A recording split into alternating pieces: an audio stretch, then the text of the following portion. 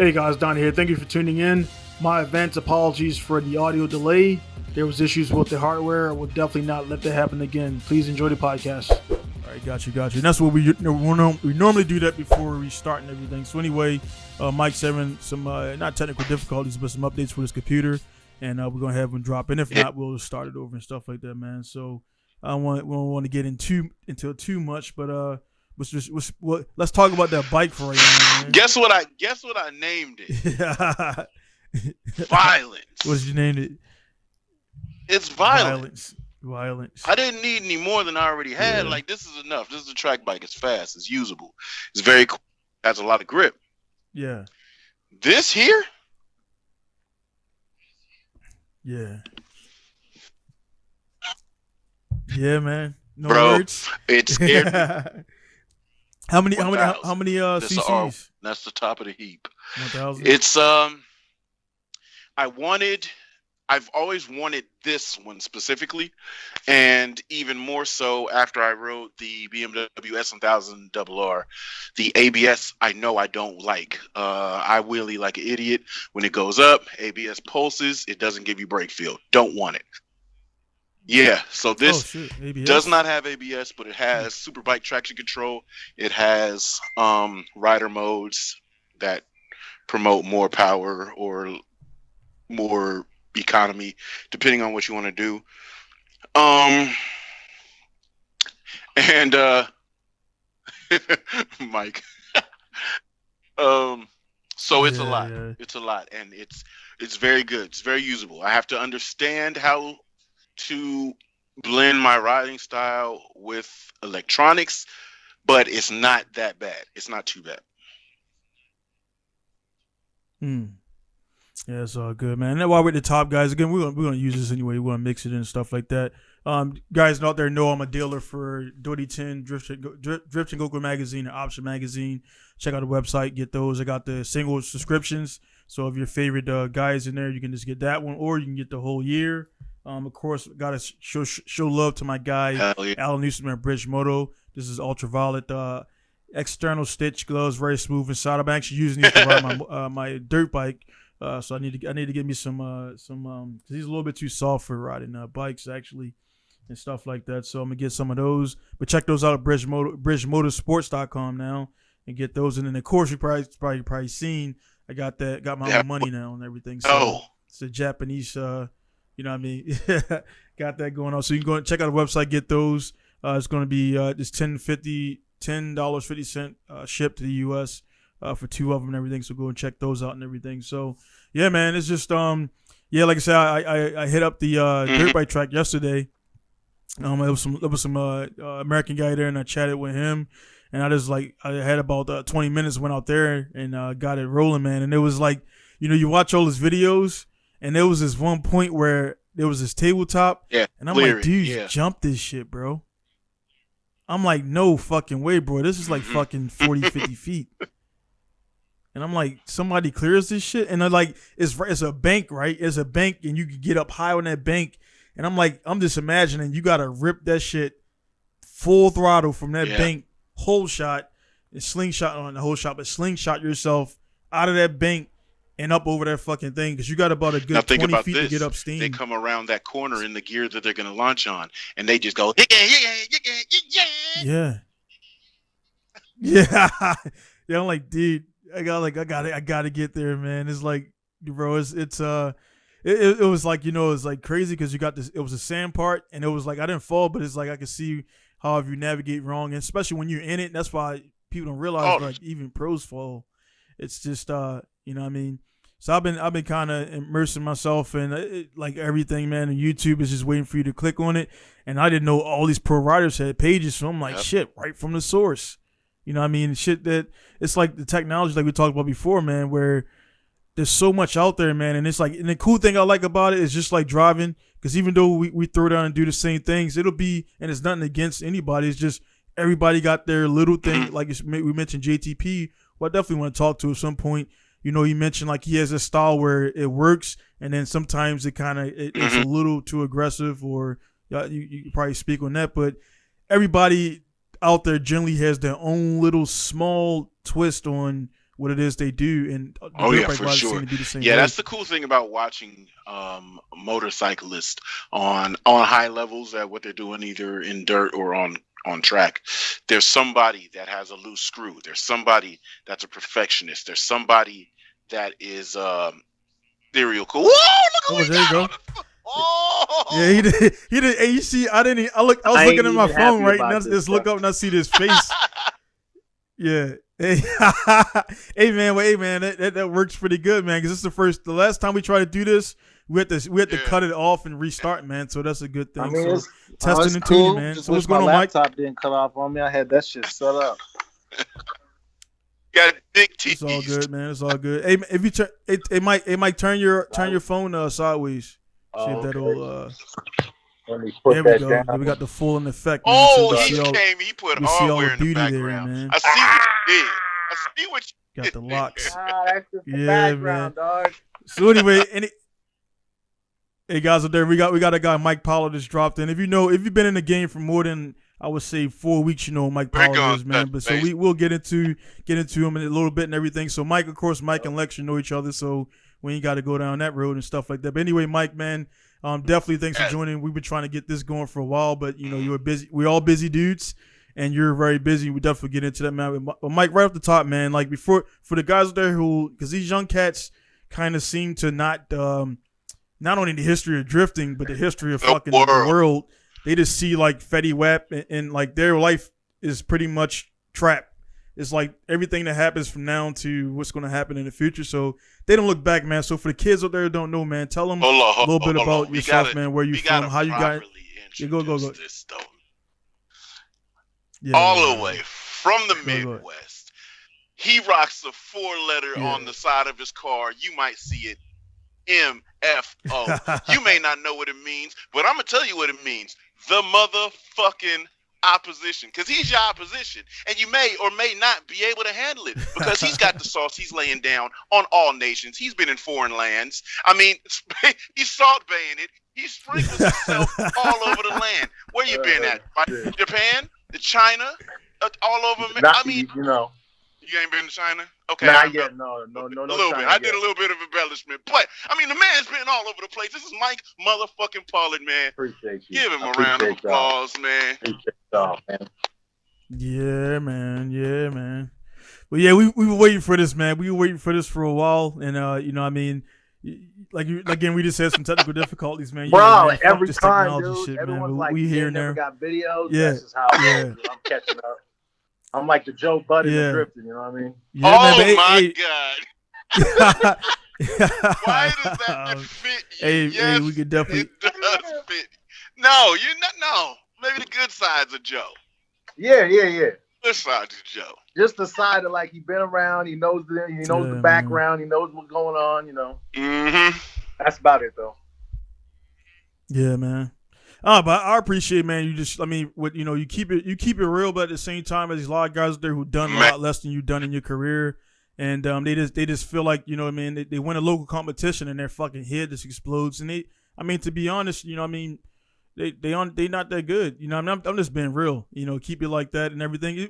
People say keep it fun and drifting and all that stuff like that, but when you're doing competitions and things like that, and it's a competitive thing, it's like you're there to compete. They try to. Whatever the results are, the results, leave it at that.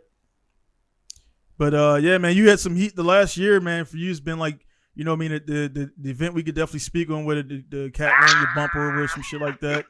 And yeah, you've been in some, the thing is, man, you need a channel, dude. Like you're like.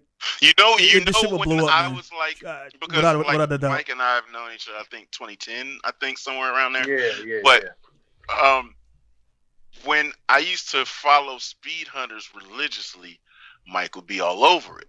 Now, the coolest shit. Oh, and he used to play Gran Turismo with me. Hey, and Forza, don't forget that, boy. Yeah. It was like, dude, he was in Japan doing D1 in a half-ass working car. Fuji, which is hella speed in a car that may or may not have worked good if it wasn't full throttle. Yeah, that was a Sora, right? Yeah. One Ueno's yep, joint one of the, or probably who's the ones he built in like the mid '90s, probably. Yeah, that was one of the. That was the I think It had like a Blitz Vertex Triple K all that turbo stuff kit out on there, it. man. Tells you how old that was. How did that Yeah. opportunity even come about? Like going back far, Yeah. Going back, that had if y'all remember in 2009, D1 came to the U.S. and they ran D1 USA. So they did like California, Chicago, New Jersey. So I jumped on that when they hit Chicago for my first one. And that was my first exposure to like D1 drivers and like right in front of me. So being able to do that, they were kind of shooting I don't know if they were doing like a pilot, but there was a camera crew that followed the runaround. So they were interviewing all the drivers and stuff as we were doing our thing. And I think between the performance, because I ended up doing Chicago and New Jersey. And in New Jersey, ironically, I ended up going against Ueno, and he had spun out in front of me. And there's like this moment where he spun out. I kind of just had this that's a dude, like I can't just run into Ueno. So like I kind of spun to avoid him, got a scratch on my bumper. And the irony of all that, I think it was the performance of the U.S. And between that and being mentioned by some of my friends at the time, Forrest Wang was a part of that situation. Chelsea DeNofa was potentially going to be a part of that situation. And I believe they kind of brought my name into the limelight with that opportunity. So I just got a call. I was at work, working at a snowmobile oil place in Minnesota in the dead of winter. I'm just on the assembly line, get a phone call. They're like, "This is so-and-so from production company. Would you want to go to Japan?" I was like, "Yep." So I kind of just swallowed my pride on that one. Didn't ask any questions. Didn't ask for any money. Really didn't poke the bear at all. They were just like, "You got to get to LAX every month. And if you can get to the LAX, then you can go do D1 in Japan." So I just made sure I was at LAX every month. And that's kind of how that opportunity came about. Yeah, man. So just kind of going a little bit backwards, man, before Lex give you that awesome introduction, man, which again, can't even really accomplish all the stuff you've done and the things you've done for the industry and a lot of things behind the scenes, which cats don't see. They just only see the guys who be like, giving dudes, like we talked about before, Lex, the dudes who give motherfuckers shit and they want to do the Instagram shit. Like, "Oh, I just gave my guy like a set of tires here, man." Like, you just give tires and go about your day, man. How did you get into drifting, man? Because that's one thing we ain't even talked about. What was your influence and what got you? So I've always burning been tires, into cars. man. Like as a kid, I had Power Wheels, Matchbox cars. I'm always been cars. And I believe it was around like 2000, right around 2000, 2001, 2002. Kind of when I believe that's kind of when it started. Is just option videos. Right. What was it? There was an arcade game, Initial D arcade game, obviously Initial D, and then that mixed with some local cats, which there was the first person that kind of introduced me is I used to go to some road racing events locally in Minnesota when I was 16. So I was actually underage to be able to get to the track without a chaperone, but I was a bigger kid, so dudes just assumed I was 18. Right. So I would show up to these road race events with our local kind of car dudes, one of which, Lex, Ryan Clemens. So he's still around, but he kind of put me into that kind of like, he was a guy who did a lot more fab work, wiring. I was young. I didn't have a welder. I didn't know nothing about that. So I kind of just hung out with older dudes that exposed me to racing. And then drifting was obviously fun, doing it in the winter because I'm from Minnesota. So we go slide around in snowstorms and stuff. And between that, option videos, and Initial D, and my neighbor having a hatchback 240 when I got my 240 when I was 14. So just kind of when I got my car, I just started digging into what the car was, what I could do to it, and then found the SR20, RB25. So it was just like just kind of like a snowball from there. And just started doing it locally, street driving to events with that same group of dudes, which TMFO was kind of the beginning. That's why I'm bringing that back, because that's kind of my roots. and we would just hang out together. It's probably like 5, 6 of us. We just hang out locally, go hit some spots in the street. Back before it was crazy, obviously. Parking lots and just stuff where there was no people, just to kind of have fun and enjoy it, because that's what we like to do. And then I think from there, it just went to, Club FR became about in the Midwest, and started out. My first road course experience was actually Shawano. So that I can kind of consider that my home, road course, quote unquote, track. And just chopped it up with all the Club FR dudes until about 06, 07, 08, hit the Pro-Ams. I mean, this kind of goes deeper, but that's kind of the beginning of what got me into it. You were kind of the first driver that I started paying attention to that would pack up his shit and go. Like, you were a Rolling Stone type dude. Yeah, If you pay attention on, this is where he's at. The funniest shit that used to keep me up, because I was working on the railroad, so I was up all night watching Instagram, or not even Instagram at the time, just Facebook, was you being absolutely delirious, talking to yourself in many different voices under the dome light in your truck while you're on like a 12 to 13 hour road trip. You used to all over the East Coast, the Midwest, and Canada. You were the first person I saw up in Canada, which, the couple Canadian drivers that we used to mix with over at Hotline. Yeah. That's where I first saw those guys. And I was like, damn. When I used to pop up Hotline, and then the same thing. Man. He'd be all over the place, and then I come to LA, and he's in LA. I'm like, motherfuckers all over the place, dude. What made you just or what allowed you to have the versatility to be such a Rolling Stone, pack your shit up, and just say, I'm going here to drift, Straight up. A lot of time back in the day, it was, I had a van. Like, my dad just had a friend, Roger, and this guy, I guess, gave him this 1992 Dodge Ram B250. Yeah. My dad just shows up to my house at the time. He's like, hey, Mike, come outside. I'm like, all right, what's up? He's like, take a look at this. I'm like, well, what's this for? He's like, well, I know you needed something to tow your car around, and so my friend gave me this van. And I'm like, oh, all right, cool. And this thing was loaded to the tank with drywall and shit. But it was really just, I kind of put everything else on hold. I didn't do much of anything else other than work on my car and figure out how to get to events and kind of not take no for an answer. It was like, and that's why you saw those videos of me roaming by myself, is because a lot of times everyone I knew had jobs, they got stuff going on. So there's nobody that can just kind of drop everything and drive 32 hours. Yeah, man. So I was just kind of had to do it by myself, and I didn't have to think about those aspects because it was never kind of an option for me to have a group or a crew and all media guys. So it was like, bare minimum, I'm a competitor. I just like to compete. I just need to get to the events no matter what. And that was kind of my mindset. And being like, I had a job at the time. I worked for myself. I did window washing. So I'd literally wash probably, like, I had an event coming up. So I'd probably go bust my butt for a week washing windows and hustle up enough money for that event. And then I go to that event. And my whole essence with events, and it kind of, back in the day, was more heavy. It's still a little like that now, but it was literally, I had to win to be able to pay for the next event. Now, so that's what rolls into my next question, because Donnie and I have spoken about this a lot.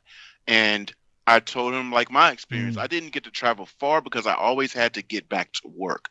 Like, every time you used to see me in LA, I'd be watching the phone, having my laptop out, watching the work boards when the trains were moving. And if I could, take a day off just to give me 12 more hours, right? But I always had to go back.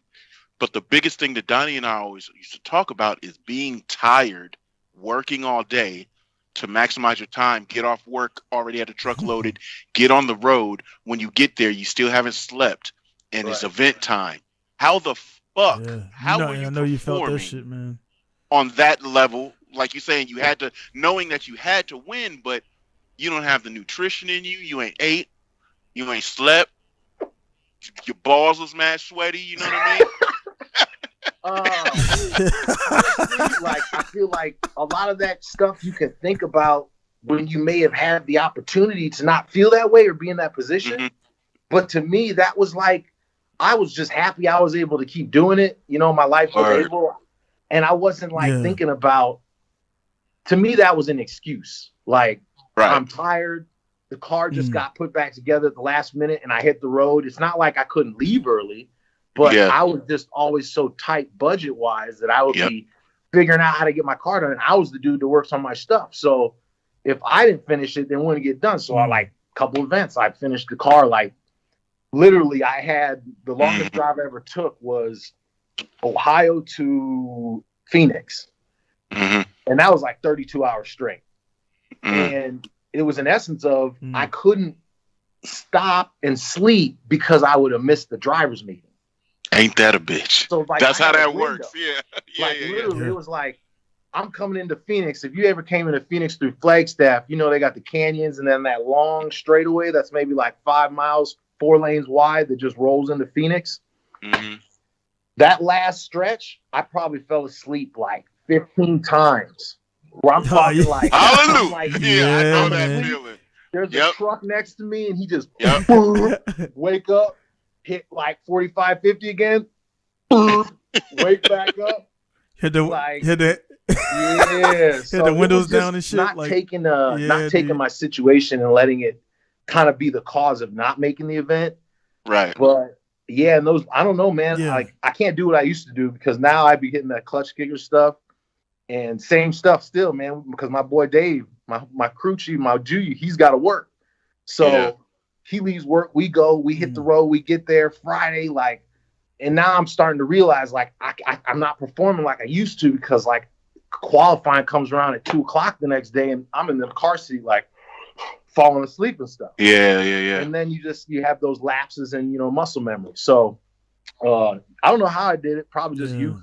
You know? I was just gonna say, the way that us as drivers and competitive drivers that travel, the way that we push our mentals, and then your body follows suit. Because we don't never be ready for it physically, but mentally we like, this is the task, I'm gonna do it, and then the body just has to figure out a way to make it happen.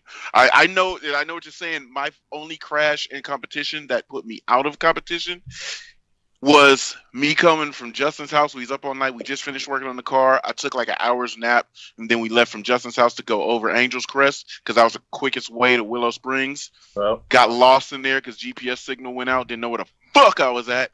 By the time we got there, I'd missed driver's meeting, and practicing was already almost over. I said, I just 2 laps. I just need 2. D said, don't drift at Water Tower. Drive up around, but I'm drifting the whole thing, and I happen to look up because I'm not focusing. I'm tired, and I say, "Oh shit, that's Water Tower," and I backed off, and the car shuffled to the side, and there's like a ditch this tall off the right side. I caught it, couldn't get the car back up. Poof, hit the hill. It only ramped the car. The car tipped sideways in the air, did a full 360, landed. Only thing I broke was my knuckle. My arrow was even still good. I said, "All right, I'm never driving that tired again." I was like, never again, dude. So I know what you mean. Like when you're like, oh, fuck, oh, goddamn, I just got to get there. But when you get there, you're still like, You gotta unpack. It's like people ain't felt that shit. And that's what I'm saying. Like with that stuff, man, with your story and, you know, Mike, you just told and Lex, your stuff I heard, the dudes who be like, oh man, my valve stem's broke, so I'm going to go ahead and quit this round. I'm like, dude, come the fuck on, bro. Like you got to have some grit. And then, like I say, in a youth stage, like I say, we did a lot of stuff because I'm 38, and I mean, I've had my car. I got called stupid in a cool way by Kawabata. I drove from Misawa to Mazi, which is about a 10-hour drive. I had everything in the car except for another car. I had a spare bottom end. I had a transmission. I had all this shit, right? And I get there, unload the car. Suinaga's helped me take stuff out the car. And they're like, who the fuck's this Gaijin, man? And he's like, you drove from Misawa to here, and also I blew the input shaft bearing sleeve broke in practice, so I essentially I couldn't do nothing. So I put it in third gear, try to qualify, didn't qualify, but I was like, we're gonna get this shit, or something's gonna happen. So I mean, it's like that's just one of the many stories, and stuff happens, man. But my one of my questions I got for you, Mike, because we see everybody right now sees your style, like the last video we put out. S14s just baking and rolling and putting out smoke. And I want to talk about clutch kickers, but what was the what happened? Like, what was the event where you was like, man, fuck this, man, I'm going harder or nothing else? Because it always happens to everybody where you drive kind of timid and then you fucking lose after driving all this way. So what event or what sparked your style, or did you always have that style? You know, it's kind of messed up to say that because, you know, we can get into this later, but like a lot of the people who have kept me alive in this, and I say that, like, my story I think is a little unique because that's why I got a lot of respect for different people in this market, and I like to say that this market is more than what people think it is because I've kind of been supported by friends. And they kept me going. They believed in it. Like, oh man, I want to see you driving. So that's always been my style. Cause obviously watching option videos, what do you see? You see a face in the corner, right? Yep. Some crazy face. And then you just get some buck entry. Mm-hmm. So the essence for me in drifting has always been like show off, like, and it's a personality extension. Gotcha. So these dudes that were all goofy and then driving crazy, I was like, well, shit, I'm goofy too. So I'll just translate that. And the irony of you saying what clicked when I started doing that, but the irony is my last Clutch Kickers event recently, I've been overthinking the fact of like getting on this line and doing this and trying to like focus so much on winning, like doing what the judges want, that it's kind of like my homie hit me up. He's like, yo, I had to turn it off because I didn't even it wasn't even that interesting to watch. I'm like, what do you mean? He's like, what was wrong with the car? I'm like, nothing's wrong with the car. He's like, it just didn't look right. And like straight up, we hit that moment after the last round where we're like, I had to rethink it because I literally kind of put my style on pause to try to, focus on doing what I thought might help me win. But at the end of the day, like, it ain't about that. Yo, it's about winning the way you need to be driving versus one person. Have you ever driven with Julian Jacobs? You know what? I don't think I have personally, but like obviously I know who he is. I've seen him driving. You two drive together because Julian is that. I don't give a fuck what the judges want to see. This is drift. Shit's supposed to look cool. I'm gonna do this shit. It's gonna look cool. They judge it how they judge it, and that is because I used to see you in Canada and you were ripping heads off. The thing about your shit, it was so when we see the Japanese dudes in a big JZX and a big Crown coming through with 1,000 horsepower, and they toss it, and it's blaring on limiters, big smoke, it's big angle, and it's just like, oh, the crowd's yelling, fucking Suzuki's yelling. It's just like, okay, this just made a huge like impact, excitement. Yeah, the energy crack. Their style is still more loosely preserved than like what you would. But I'm fucking. I mean, people, we won't give secrets. Mike sets his car up a certain way, right? And man, y'all. Okay, I'll listen to this one. And when the car is sideways, now what happened with the clutch kicker thing is I was watching the drone and I said, because I've never gotten to see how you drove from that perspective. I've watched a lot of videos of it, but seeing how the car moves from like a third person video game perspective is like, God damn, I see now. I see what was going on, because that was kind of what you were doing out there in Canada, like ripping dudes' heads apart, doing that shit and all these other events. And then it's like, damn, he did drive super fucking conservative. Why did he take that line? It's like, why didn't he fill that outer zone like a monster? Yeah. Why didn't he? You know what I mean? Bro, I'm telling you. Okay, half of this comes to I'm starting to dig it and say it more, but like, I need big tracks, dog. Like, You swear what you do being stuck on these little I call them second gear tracks, because like when you were watching last round, I was in second gear the whole thing. And when I drive a little crazier where you like what you're seeing, I'm like going to third, back to second, back to third, back to a lot second. of work in the cockpit. It's a lot of work. And it's like you're trying to overdrive a car on something so small to actually get like an extension of like my driving is better than another driver's, but when the track's that small, like you can't really see the mistakes and what's happening. So I'm just like, man, like, unfortunately right now, it seems like every major competition's on small tracks. Yeah. In the States. So it's like, we're stuck with that. And then obviously, you know, there's the FD option, which just costs exponentially much more. Right. And I want to speak on that for sure, man. For the, that's like, cause I definitely want to hit it while we're at the top of the hour and all that stuff. And, we definitely will plug that, man, and all the stuff all the events you've done and what stuff you want to do. But this is getting right to it, man. We're both all out in the open, man. For yourself, Mike, what is your ethnic makeup, man? Yeah, you're half. Yeah, half, I'm the blended chameleon. You know, my mom's Caucasian, I'll say, because like this whole like the white still ain't nobody really white because you know I'm basically German, Norwegian, Dutch, French, and then Zulu because my dad's African American, right? So, I'm European and African. How about that? You know. Gotcha. Yeah, you look like one. Yeah, you look. I was in Germany, man. You got the look of like. I say you look like a girl, man. A lot of hair, like it's like you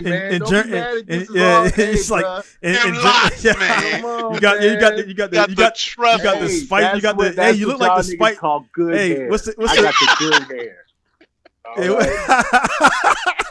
that spice girl? The Jerry. Lex knows my youth, bro. Yeah, Mel B. My buzz cut from back in the day. I had to grow my J. Cole. You got the Mel B. Yeah, you got it. No, you look. That's more like Mel B right there. But it's funny because but your goal is FD per se. My goal has always been to be able to excel my driving, and do so winning because I like I'm competitive. So obviously in the beginning the goal was FD. Because actually, in the beginning, the goal was D1. However, that fucking summed up, I got blessed, and that shit happened before FD, still before FD. And was it the way I wanted it to go down? No, but I respect every bit of that opportunity because I'm still the only one that's ever done it that many times. Right, and that's what I want. That's what I want to get on right there with that. Before we definitely get too far, was the you had a post about maybe 3 months ago. Yeah, you pretty much, and that shit blew up. And I was eating popcorn. You were saying like you mentioned I forgot what it was. But you pretty much saying you were like exactly what it was. So many people sent it to me. Yeah. Hey, how do you feel about this? Yeah. Hey, I got a bunch of emails too, man. And you know what? We talked about that. The craziest thing about that. It kind of hit me just randomly, because I'm just looking at it and with everything going on in the world, it was real. I was kind of like, wait a minute, talk, man. Like, is it really like this? Like it's 2021. I'm like, no, I can't be like this. So I'm thinking, and I know there's a lot of dudes that have helped me get, have done things before me, but I'm also thinking like, I've been to all these tracks for the last decade, and I'm starting to run into them now, like the other homies and stuff, but like. Previously is pretty true. Like, so let's say exactly what was said so that people know, so we're not being vague. Yeah, go. Mike for the people who don't know. Day and say, yo, why is it that I am the most accomplished, decorated, competitively accomplished, right? Competitively accomplished and decorated drift driver in our history, right? Of black people, most accomplished, because we think about specifically wins under belts, events driven, organization driven in, money made, notoriety. I mean, the list can go on and on, right? And Mike was saying it in a way because I fully got it because people. We both understood it because I got tagged in it. Think about this. No. You're not about to say, Yeah. hey, this black guy said he's better than you. That's not what he said. What he said was, I have done a lot. I am decorated, and I'm thinking about it. Why isn't there anybody else in this space rivaling me? Like, why is there nobody else with me? Yeah. And now that I am thinking about it, shit, this is all the shit I've done. That ain't got nothing for me to feel. I've been watching my brother, man. Yeah. But you see right there in that post, man, it was two ways to take it. Again, me and Lex, Mike, we never met in person yet. We started from Gran Turismo, and we just formed this relationship, man, and stuff like that. So it's like us not knowing each other, man. We jive together because we got similar traits, similar ideas, and we got it. We knew it. So when I got tagged in it, that's how I read it, and I was like, cool, and I responded to the guy. I was like, he's correct, and that blew the guy's mind because I think he figured, oh man, all these he wasn't black, he wasn't a black guy. None of them were me, the tag. and he probably figured our stuff. He probably figured, and the only people that had something to say about it, so he probably figured, was not a brother, was non-blacks, yeah. So anyway, like they tagged me, like he probably thought I was gonna be like, nah, man, well I got a shop here and I've been doing this. Like, nah, he's 100% correct. And I put a smiley face, and that was it. And then dude started messaging me like, man, what you think about this? I'm like, dude, he's like, do you know about, number one, before you message me, do you know about this guy? Go YouTube and everything. And then they didn't even know, like, they didn't know who the fuck you fully were. And I'm like, dude, the shit's out there. Go see it. And people like, you know, what I was saying before, I told Lex, man, I was on a black, of course, there have been like 4 or 5 different black dude drift. And I'll put it straight out there for you motherfuckers, man. Y'all motherfuckers crab and barrel niggas who don't support nobody. And then I got a shop here in Japan, and guess who supports me, man? It's everybody other than, you know what I'm saying? So it's like, I'm not gonna go all of my way to make you guys feel good, because you guys ain't grinding doing what Lex does, Mike does, and myself, and that's how it is, man. And I've reached out to a lot of you guys out there, and I wanted to make a point, because again, we got the most accomplished colored guy in the drift world talking to him right here, man. So you know, the I'm not thing gonna is, pull no punches when and how that Black stuff, man. Dudes So Drift started, it was just to say, hey guys, I'm over here. Yeah. Where you at? Yeah, and I joined. What it was, and then we found like, oh shit, your car. I've been looking at it in Arizona. You're black. Hey, yeah. And it was like really an uplift attempt. It was to hey, know your brothers that's around. No, right, and that's why I thought it was dope in the beginning. That's for me about 2 weeks. Yeah, about 2 weeks for me. I was like, I'm out. Because it started dudes started flexing and shit. I'm like, dude, this is why. That's just what we do, like, bro. Yeah. I'm like, man, yeah. Like, it's like, I'm like, dude, come on, man. Like, it's like, you know, then you could be like, oh, I got this. I'm like, bro, I'm the type of dude where I know you got a bunch of fucking cars, Mike. I know you got a bunch of cars and whatever stuff, Mac. I got a lot of stuff too, but that's not my style to be like, yeah, I got this and I just got that. And I got like, it's like that. It's the mentality, man, and I think we've all been around it in some various forms. Probably Lex and myself more so than you, Mike, because you've been in Minnesota. I've never been there. Too, not sure how. Yeah. He almost in the west. Colorado, yeah. So, he almost made his way to the west. Yeah. So basically, man, what I'm saying is in the city, man, it's a constant thing, and I go through it now where I'm coming to Atlanta, right? I'm coming to Atlanta. I'll leave out. I'll file for Atlanta in 48 hours. I'm going to be drifting there at Atlanta Motors. Yeah, so you know it's not Juneteenth, unfortunately, so I'm not gonna be drifting on June. So anyway, it's like the dudes I got, you know, new people I ain't talked to in years hit me up like, hey man, you gonna stop through and do this? I'm like, nah, you gonna, if you want to see me, you're gonna come to Atlanta. I'm not fucking flying over there for me to fly to your state to come see you. Like, fuck that. And it's this thing, man, where dudes just don't they just, I don't know what it is, and I hate to say it, in the black community, man, it's like people are genuinely not happy to see motherfuckers succeed, and then you got a little bit of it in you, and you know what I mean, you're mixed and everything, so you can kind of weigh in on it, and people just don't want to. It's like they don't. I mean, I know it's not a race. I don't want to say it's a race thing, because white guys do the same thing, Chinese guys do the same thing. Experiences have been that you've cherished, because I you know. like I said, I don't know Yeah. all of what Mike's done or been through, but I've seen a. And I'll say this for the the Black automotive these groups Yeah. and those, the flexing happens. That's just Black car community culture. Yeah. They just stun on Yeah, each that's other. true. What? Changed for a reason. Yeah.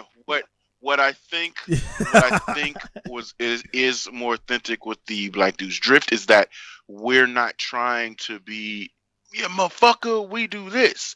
It's just, hey, my brother, I'm here. If you ever pop up, let me know, and everything's good. And that community has been very small because as drifters, there's still not a ton of us. Even if you counted us all up, it's still not a Yeah, it's ton. not. And the cool part about the majority of us, we've taken it very seriously. We know the space that we're in. We know the money that we're wasting and we're burning. Literally buying the best performance tires that we can buy to burn them up in 2 to 3 runs is not the most financially sound thing, but because we can do it, we really do appreciate the opportunities that we get. So I think we take it more seriously. You hone your craft to be a very good precision driver. I hone my, I don't want to waste a lap in my car or waste my resources. I want to be as good as I possibly can the second I come off the trailer and get better. It's like when you do see us at events, when we are at that level, you're gonna see us.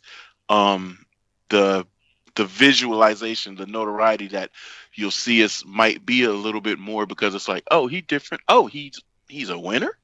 He's a really good driver. So I think that uniqueness of us is very important to stay meshed and to keep because however many people we run into at events, hey, what's up, bro? Everything's always good. But when you see your bruv roll up and it's like, oh man, what's happening? You want that camaraderie because it's everybody's your brother. It doesn't matter black, white, whatever. But when you see your brother, if that motherfucker's been like side-eyeing you and shit. Well, technically, the funny thing is, if they were experienced side-eyeing you on the internet, they doing the same shit in person. They just doing the whole. Right, that's what I'm saying. Like, so I'm the only one here. But you're just gonna walk right by me, and you know what I'm saying? So I feel it. Yeah. And a lot of that pride too comes from, again, like a lot of the times you're talking about with the success I have had. Like, I show up to events against cats that got 30 tires for the event. Right. I got 10 new ones. Yep. And some scrubs. 20 scrubs. Yeah. So, like, if I win, you're damn right I'm gonna be over here just fucking hyping up a storm because this came against all these odds.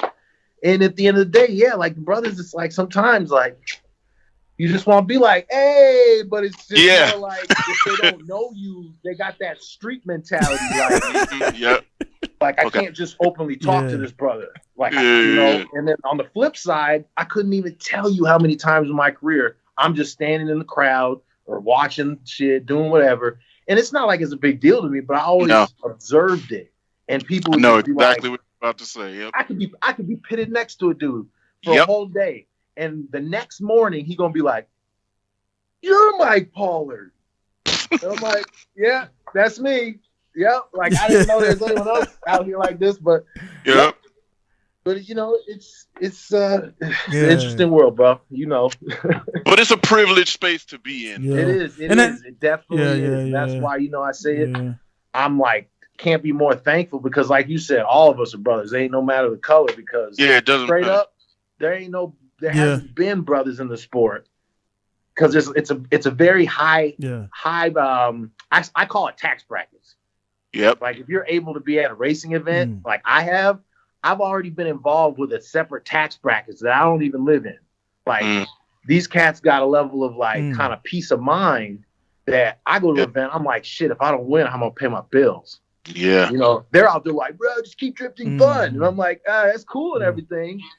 But when I go back home, it ain't fun. So that's kind of what's always brought maybe that extra level that people can't really like, damn, why is Mike taking so serious? Why is he always? Yeah. Why is he? I don't want. I'm just like, because this is more business. It's fun. I love it. But at the same time, if I'm not successful, then I'm just wasting money, and there's no point in doing that. Like when you're saying your tire stacks, you got 10 brand new, you got 20 scrubs. I'm practicing these scrubs. I might even, depending on who I'm lining up on the bracket on, I might go into the first battle on these scrubs. Let's say you win the event and you're like, bitch, I got 8 new tires still. I'm lit. Because I can go to the next one and I just won, so I got some bread and I don't have to spend this bread amount portion from that on tires. We lit. Yep. But then it's that other side. Okay, I got 3 weeks to prepare for the next event. I'm hungry as fuck, but these bills is due. A little bit of these winnings is gonna go to that, but I gotta pay for this entry fee real quick. We're gonna make shit move and shake. Let me line up a couple of accounts to go ahead and get some jobs done to get some income. Let me bust my shit, and then a week before the event starts that I've already registered for, I'm gonna work on the car and get it repaired. So like when blood ran over your bumper, I felt it. I felt that. Yeah. Oh, I felt it. I felt it. You want? The funny thing about that whole situation was I was more confused, like after the actual like run. Yeah. You know, when like thing happened and we stopped and we drove to the line. I'm just like I knew I had to enter on his door because he's fast. So I'm like, that's all I could do. So I was just confused as like, what happened?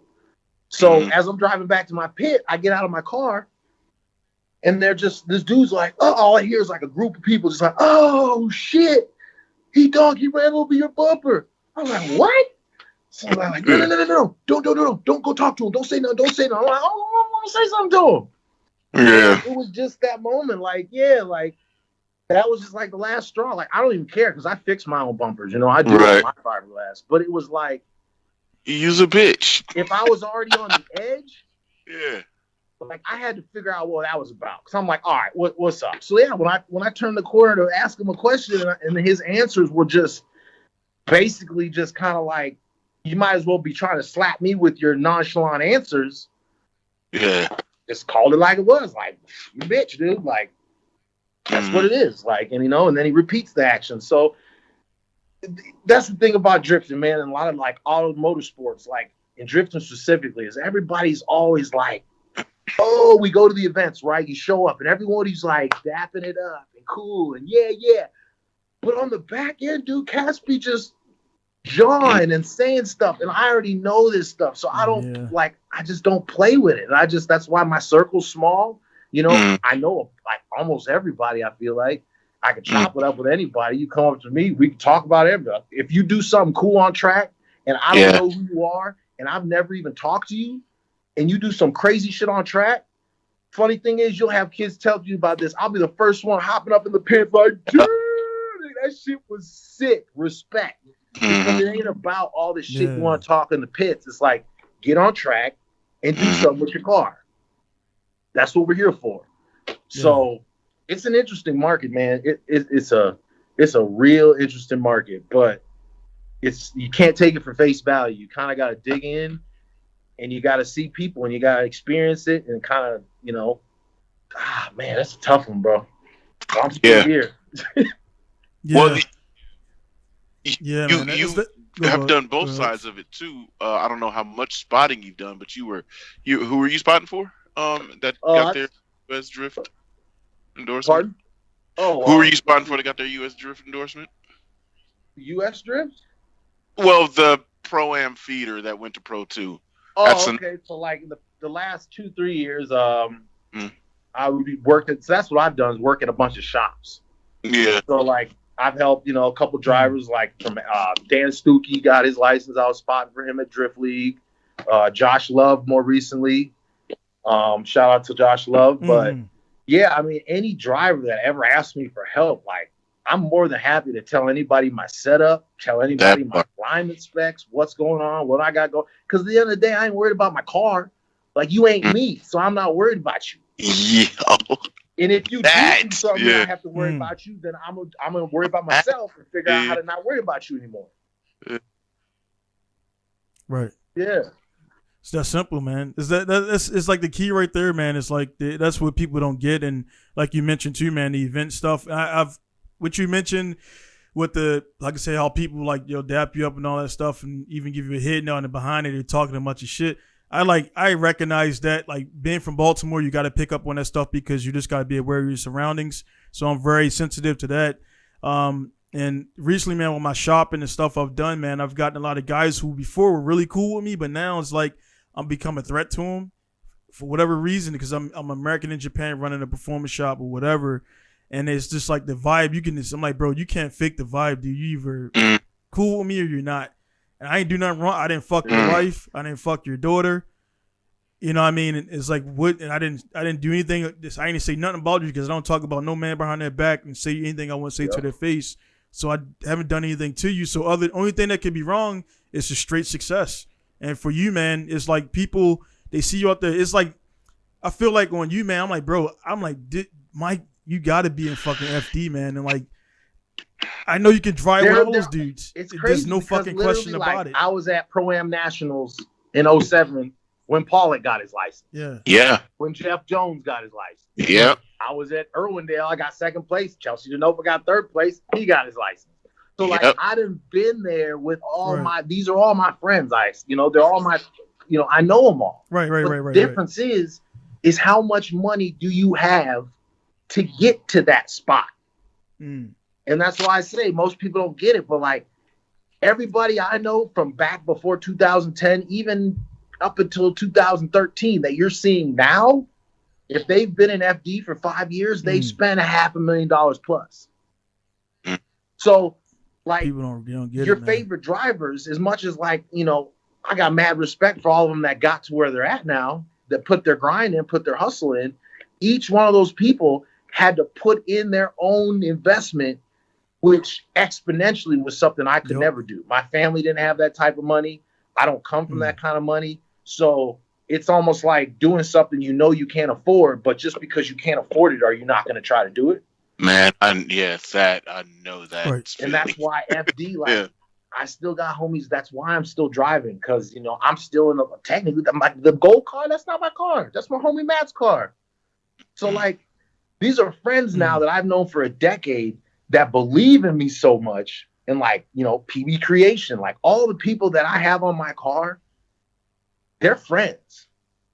It's like people think those are sponsors. Yeah, they're sponsors. They run businesses. But at the end of the day, I've been working with like these brands for multiple years. And it's not like when a new company comes up, I'm just looking for that next jump. I'm just like rolling with my people.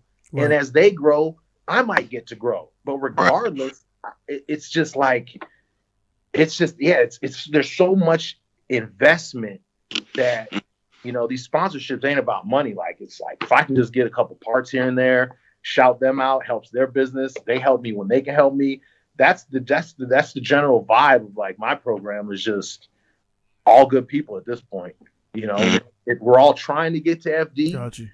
But at the end of the day, like to my group, I hate to say it, but to my group, like the world is like a bigger scope than FD. We want to do like DMEC. We want to do these big circuits where these drivers are you're actually able to like top of third, fourth gear transitions, like where you're actually able, like, big circuits. So it's a thing where like, we're trying to get there, but the amount of money it takes per what you can get back, it's definitely a level of, as you see now with some of the media I've started to come out with, because we finally found a young guy who's motivated and God bless him, Daniel, he's helping us out. But like, if it shows anything, it's like, look how long it takes.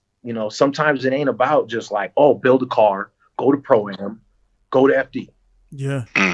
Because that's not like everybody's scope, but like that's what people see, and that's like, all drifting is I gotta go to Pro-Am, go to FD. It's like you just need to get a car, have a group of friends, and you guys get to enjoy that shit together. And if you guys are good or someone's doing good, and you're gonna compete, and then you guys work together to go to FD.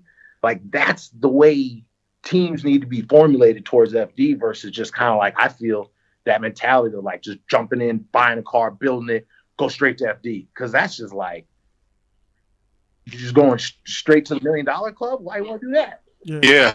Right. Well, hey, Mike, real quick. We Lex and us mentioned that. We actually mentioned that same thing, is where some guys are just cool with showing up and saying in that Instagram shit where they got that picture of themselves in the pits meeting. or the top 32 or top 16.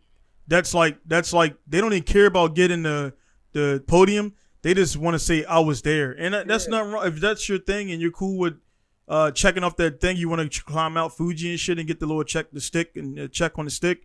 That's cool, but it's like that's a lot of money, and then you're saying the same thing, and I agree too. It's like, bro, that's why D1. I'm in Japan, and D1 is I don't care about. I'm in Japan. I do not care about D1 GP. It just after being inside of it and doing a few divisional events and seeing how it really is, I'm like, nah, son. And you see Kubo yesterday saying, I think I'm done. Kubo, Team Orange. Because if you guys know what happened, Tsukuba hit a time limit just like FD in New Jersey, 1,700. You got to be fucking done. Finish. You got to be podium. So they couldn't. Nakamura had lost the tire against I think it was Sunaga or Kohashi, who just won last year, and they had to clean up the track. They went over the time. The event is over at 5 o'clock. Yeah. Oh shit. Okay. Yeah. So they was like, so Utsumi, he gets the win based off his single run qualifying. They just pulled so the that was strip it. clubs closed on their ass.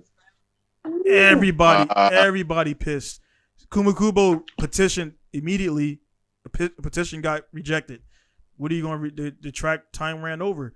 And it's like they just like you figure Kubo is like in the mix, but you know Mike, the thing with Kubo, Tsuchiya, all that jazz. That Japanese are like high school kids. No. Okay, y'all can't do free. And that's why I'm on an island by myself. Hey, we ain't breathing over. I don't know. Because I tell you right now, bro, they done put your brother in a car in D1 GP, and they said, "Yeah, here you go. E-brake don't work." Oh, you did Fuji with no the shit. handbrake, all that Yeah. shit. I showed up to Odaiba with Forrest. This truck was a Forrest and Sam Hubinet. We show up as we pull into the pits. Yeah. The 180 that I was driving was a white 180 hatch. These dudes got this car on all four jack stands. Wheels are off. They got a little like a little mini belt sander, and they're sanding the rust off the brake rotors. Oh. So I'm like, okay. E-brake don't work. So I just like do the whole like faint entry with the left foot brake to make it work. Then go to Fuji. Everybody got hydro e-brakes. And Fuji is a fool on the speed. What is Fuji? If you ever watch Fuji, you see the engine to come up over the hill. Yeah. And what do you see? As soon as you transition in front of the stands, you have to grab e-brake for about a second to get out to their line. Mm-hmm. No e-brake. Fly out, what you guys know. We don't talk about that, Lex. Okay, but let's talk about Kubo and Tsuchiya got a thing. Yeah, dude, that whole thing is why the people here don't fuck with me, because I did an event. My first pro event was Tsuchiya judging. Yeah. He just went black. He went black ops on his Wiki talk. But anyway, the association Japanese again, Mike. If you were with Ueno and somebody didn't like Ueno, just because you guys were in the same proximity, they assume you guys are fucking lovers, and that's what they do here. So the whole thing with Tsuchiya and all that, Tsuchiya and all those guys pulled out of D1 because they didn't like the way it was going to where it is now. That's why Tsuchiya got off. He wanted to keep it pure and, back in the day and all that stuff. He didn't care about the high power and all the stuff they were wanting to do. And you can't fault D1 for trying to make money. They're a business. And I talked to Suzuki, and I was like, dude, DVDs are dead. I'm like, dude, you got to get on YouTube. And sure enough, I don't know if it was just me, but they started doing streaming after FD. So I'm like, nobody's buying DVDs. Like, Mike, when I seen your shit, that was on an old DVD I bought, and I happened to see Mike Pollard on it, and I was like, oh shit. And I was like, and it was cool, but you're already fucking on 8 other events. DVD is old media. It's just slow. Yeah, so D1 in a nutshell, you guys don't understand Japan. They still use fax machines, and it's required to talk to HKS, Tomei, Naprick, all these guys. You gotta fucking fax them. You can't email them. So they're just old school. Sound like I got a fax machine that I used 2 times. Yeah, dude, you got to use it. So Japanese, I love it here, but they're very, very cliquish. They're very high schoolish with their attitude. And me, I'm like, if we got a fucking problem, we can fight or talk about it. Dude. I'm not gonna. Like that. but you know, like it's consistent. Yeah. Right. Over here, Yeah, motherfuckers it's be consistent. That's true. That's true. That's true. I fucking hate that dude. Hey, Yeah. bro. Like, Yeah. That's true, man. That's true. And that's why, I'm like, you see it and we call it out, but other people can't do that. They don't want confrontation, which everybody, all black guys ain't ready to slap you, man. we slap just you with kinda talk words. more aggressive. And sometimes Yeah, we just be yeah, trying yeah. to get a little bit of It's like understanding. people- Wait, what happened? Yeah. Wait, why? You know? Yeah. I'm a why guy. I'm a why. Yeah. You spun out? Why? Yeah. So going back to your Fuji joint, man, like, so when you get cars showed up and everything, so they pretty much, and I wouldn't be surprised about it. It's like they invited you there to kind of prove a point that Gaijin drivers are not as good as Japanese. The essence was they invited us for the production reach. Yes. They knew that the show was to going to be get- on yeah. Speed Channel, Smart so they business, could get business, more business. marketing reach out of having foreigners there. But Drivers, at the yeah. end of the day, like, we always qualify Right. first of the pack. If you watch, you can to this day, Yep. I go back to Fuji qualifying, their video. And if you watch Fuji qualifying from 2010 when that went down, you watch like the other two foreigners that were there, then you watch me run, and then you can compare that lap because they, obviously we're at the top of their like qualifying order until more guys start pushing you down. Mm-hmm. They didn't Right. put one Japanese driver under us as far as qualifying. So I was the highest qualifying foreigner at 32nd with a 98.8. And the next three runs, like you just watch as many Japanese runs as you want where dudes straighten out, spin out, completely zero out, but somehow still qualify higher than me. So it was like, it was never meant to be like, oh, come over here and see if you can compete with us. It was like, oh, come over here, bring your cameras, and then follow the rules. bro. So I did it. Yep. What you just explained, and again, that's what you say, like you said in the beginning, you didn't poke the bear, which is cool because some people kind of like, they'd be like, nah, this guy out of here. And what you're stating, again, happened to me directly. Drifting Goku, which I promoted right here. I do it for a reason, just to get my money back because I buy them and everything. I buy stock on them. Every magazine I've done with Drifting Goku, man, I can't read kanji, so I didn't know they were talking like they were talking in a condescending way. And my Japanese buddy was too nice, and then he was like, "Finally, dude, they're making you look really bad in these magazines, and like they're making me out to be a clown, which I'm far from that." And in the last one, I had it fully translated. I'm like, dude, they called me a street drifter when I got pro license. And they put that in the magazine, which if the cop sees that shit, they come to my shop and say, oh, you're a street drifter and you're doing all this shit. And they had me against Masanori, who just won a D1GP championship last year. So my wife was like, why did you guys write like this and this? They said to us directly we thought it was funny. I'm like, no, it's not funny, dude. And we didn't talk to them for almost a year. And they came back and did a whole 2-page spread kind of apology letter. And we did the editing back and forth 3 times. They checked it and we went back and forth, and they did all this shit right. And this was the apology. The very last fucking sentence, this was translated by his buddy because he speaks no Japanese. I'm like, thanks, bitches. Like their apologies were sliding me even in the apologies. I'm like, bro. I'm like, you know what, man? Fuck you guys, dude. Like, and it's like, I've been in the multiple magazines. I don't care about it, but it's like my pride. I'm not gonna play that game, man. So I see what it is. I'm not, I was very happy about the first couple magazine entries and all that stuff, but it's like, see, that's nobody like reads that magazines calling anymore, you a street what I mean? drifter and that kind of shit. Like us here, Like, with those dudes that are takeover drivers. Yeah, man. Takeovers and starting. They're claiming that they're drifters. They're trying to blend us. And that's why I run a staunch line. I don't give a fuck what the fuck you think you could do, what on-ramp you sliding. Come actually drift with a dominant control over your car. And then if you could do that, then call yourself. And like drifting will forever be a connection of multiple corners. So I don't even care. With the style, you're doing burnouts. You're doing burnouts, bro. Like, That's it. If you're gonna tell me drifting, I'm just saying, if these motherfuckers want to act like they drifting, then you better start on block number 2 and come sliding through the red light, transition down the street, and go connect the other block. Bro, when I see Cuz talking to this one dude, he talking about, this is the best drifting on YouTube, and the on ramp, no. Are you talking about Kim Block? No. And the on ramp has a straight to a nice turn. Well, you done drove that whole on ramp at 20 miles an hour. The turn started. And then you just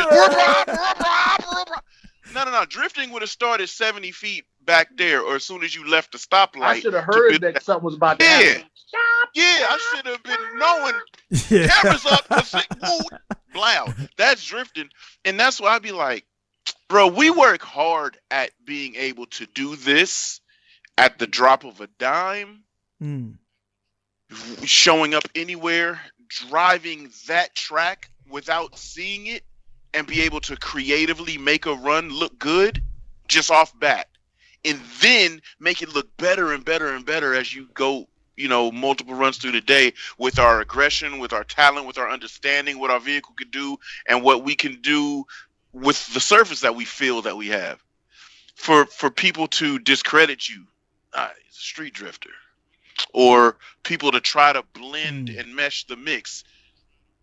They do donuts, but we drifters. We pop up at an event where the drifters are at. See, I'm a drifter. See, I'm here. Nah, you're not. You're not, because you stick out like a sore thumb. If you really worked on your talent, you can't just call me a street drifter if that's not what I'm putting. If I'm at a racetrack putting forth the time to put the effort in, I'm not a street drifter. I'm trying to become a very good track oriented drifter here at this event. Don't shade me with that bullshit. You know what I mean? Don't talk greasy to me in the publication because I can't read it and you feel like I'm never gonna read it. So send that shit. Nah.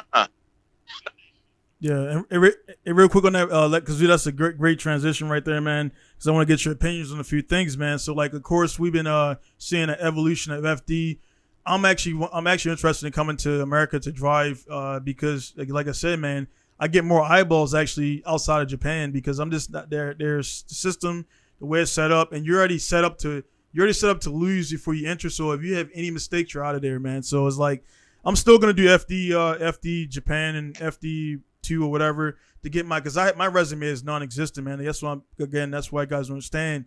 You've been around, you got a lot of wins. I told guys with all humility, I've never been on a podium or close to it. My best results was the top 16 in my first pro event. So speaking on that, whatever, man.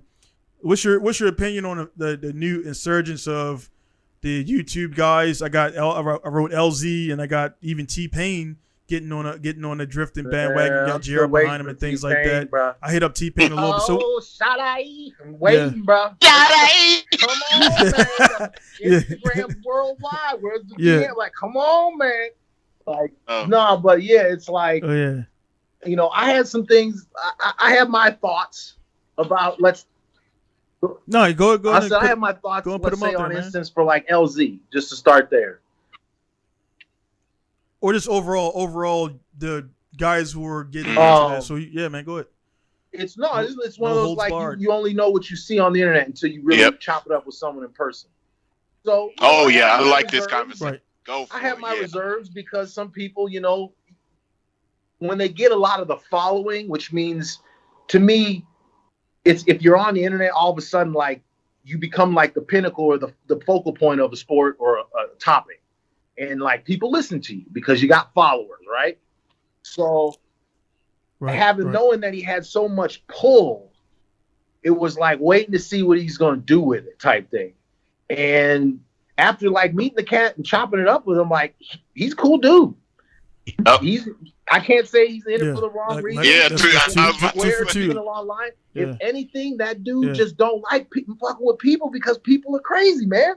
Like everybody wants to be your friend. Everybody wants something from you. Get me some clout points. Can you put me on your channel? Like there's a lot of pressure that comes with that shit that I don't even know yet. That I don't know if I ever want to know about. But see, end of the day, I told Donnie that when I messaged him, I reached out to him randomly, 2015-ish. Hey, come to Sonoma. "Oh, I'm gonna be in California. I'm gonna come." I said, "Oh shit." He responded, "Cool." When we messaged back and forth a little bit, he pops up. Blood had so many people on his line, he had to hide in the trailer. I can understand the type of anxiety that would be. And this was before he was prominent drifter type. He was trying to figure out if that's what he wanted to do. I was like, here, drive the convertible. Let's do this. Once everybody left and we had full run of the track, he jumped in my RX-7 with me. He said, damn, this thing rips. And woo-woo. So just that initial day led to the next day where he was exclusively hanging out with my wife and my kids in our pits. It was just like, oh, I got friends. It's cool. He's super down to earth. Then he tells you about some undisclosed anxieties and fears that he has because of what he has to deal with YouTube. Then we stay chopping it up. He pops up at Super D. We're in the middle of Apple Valley. And I was like, oh, LZ's here. All right, cool. I don't know if he's still going to be cool or whatever, how he was the hours that we chilled. Let's see, driving through the pits. Lex, you look like you going to 56K, bro. Oh, word? Yeah. But I was driving through the pits, and I'm like, well, let me see if I'm just getting to the track. And he stopped me. Hey, yo, what's up, Lex? Whoa. People are looking at me like, what the fuck are you, LZ? But you know how the weird shit goes. How do you know LZ good like that? It's like, nah, y'all bugging. Like, we're just cool. We just fly like that. But I started to understand that kind of shit. But I texted when he started going on his mission, and I said, hey, yo, my man, I appreciate the care that you're taking with the route that you're pursuing for drifting. I can see that you really enjoy it. And the enjoyment of doing it is what's making you continue to do it and get more serious about it. So I was just like, I'm just telling you, from me putting blood, sweat, and tears in it, and other dudes that put blood, sweat, and tears in it, we can see that you're taking this seriously, and we appreciate it. This ain't just for content. You know why we knew that shit? Because he started doing stuff that most people like us would do if we had some extra paper. Like jumping off, hitting Australia, going over here. Goddamn right. Over here doing this. So that cat, all I've ever preached to anybody, I don't care how much money you got, I don't care where you started, seat time. That part. Like that dude exactly. got some of the most seat time opportunity in the drifting. And guess where? Look at his progression. Yeah. But if you got seat time, Osbo, seat time. Denofa now, seat time. Like, if you look at progress, even in my year of progress, when I had my most successful year, which is coming off of D1 air time, 2012-ish, it was because I was coming off constant seat time. So it was like win, boom, boom. But it's like as soon as you dry that seat time out, your muscle memory drops. So he definitely took that shit in the right path. And that's why I got nothing bad to say about him other than like stand up, dude. Just maybe that you want to act like I wish I had some of the shit he got. That's about all you can be hating on, but there's nothing to hate on. It's just respect.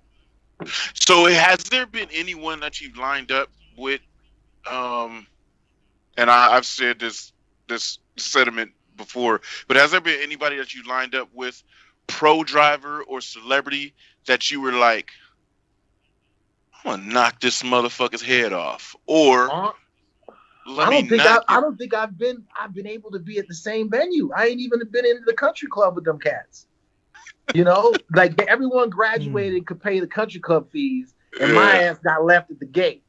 So I'm just out here cutting the trees, doing everything I can out on the street, aka the streets, as in everything outside of that really expensive side of it. But I guess you could say it's just like anytime I've lined up with anyone I got mad respect for. That's when it's like, it's not as much of a I'm going to take their head off, but it's like, let me see where I par up with this person because I know exactly what they're capable of.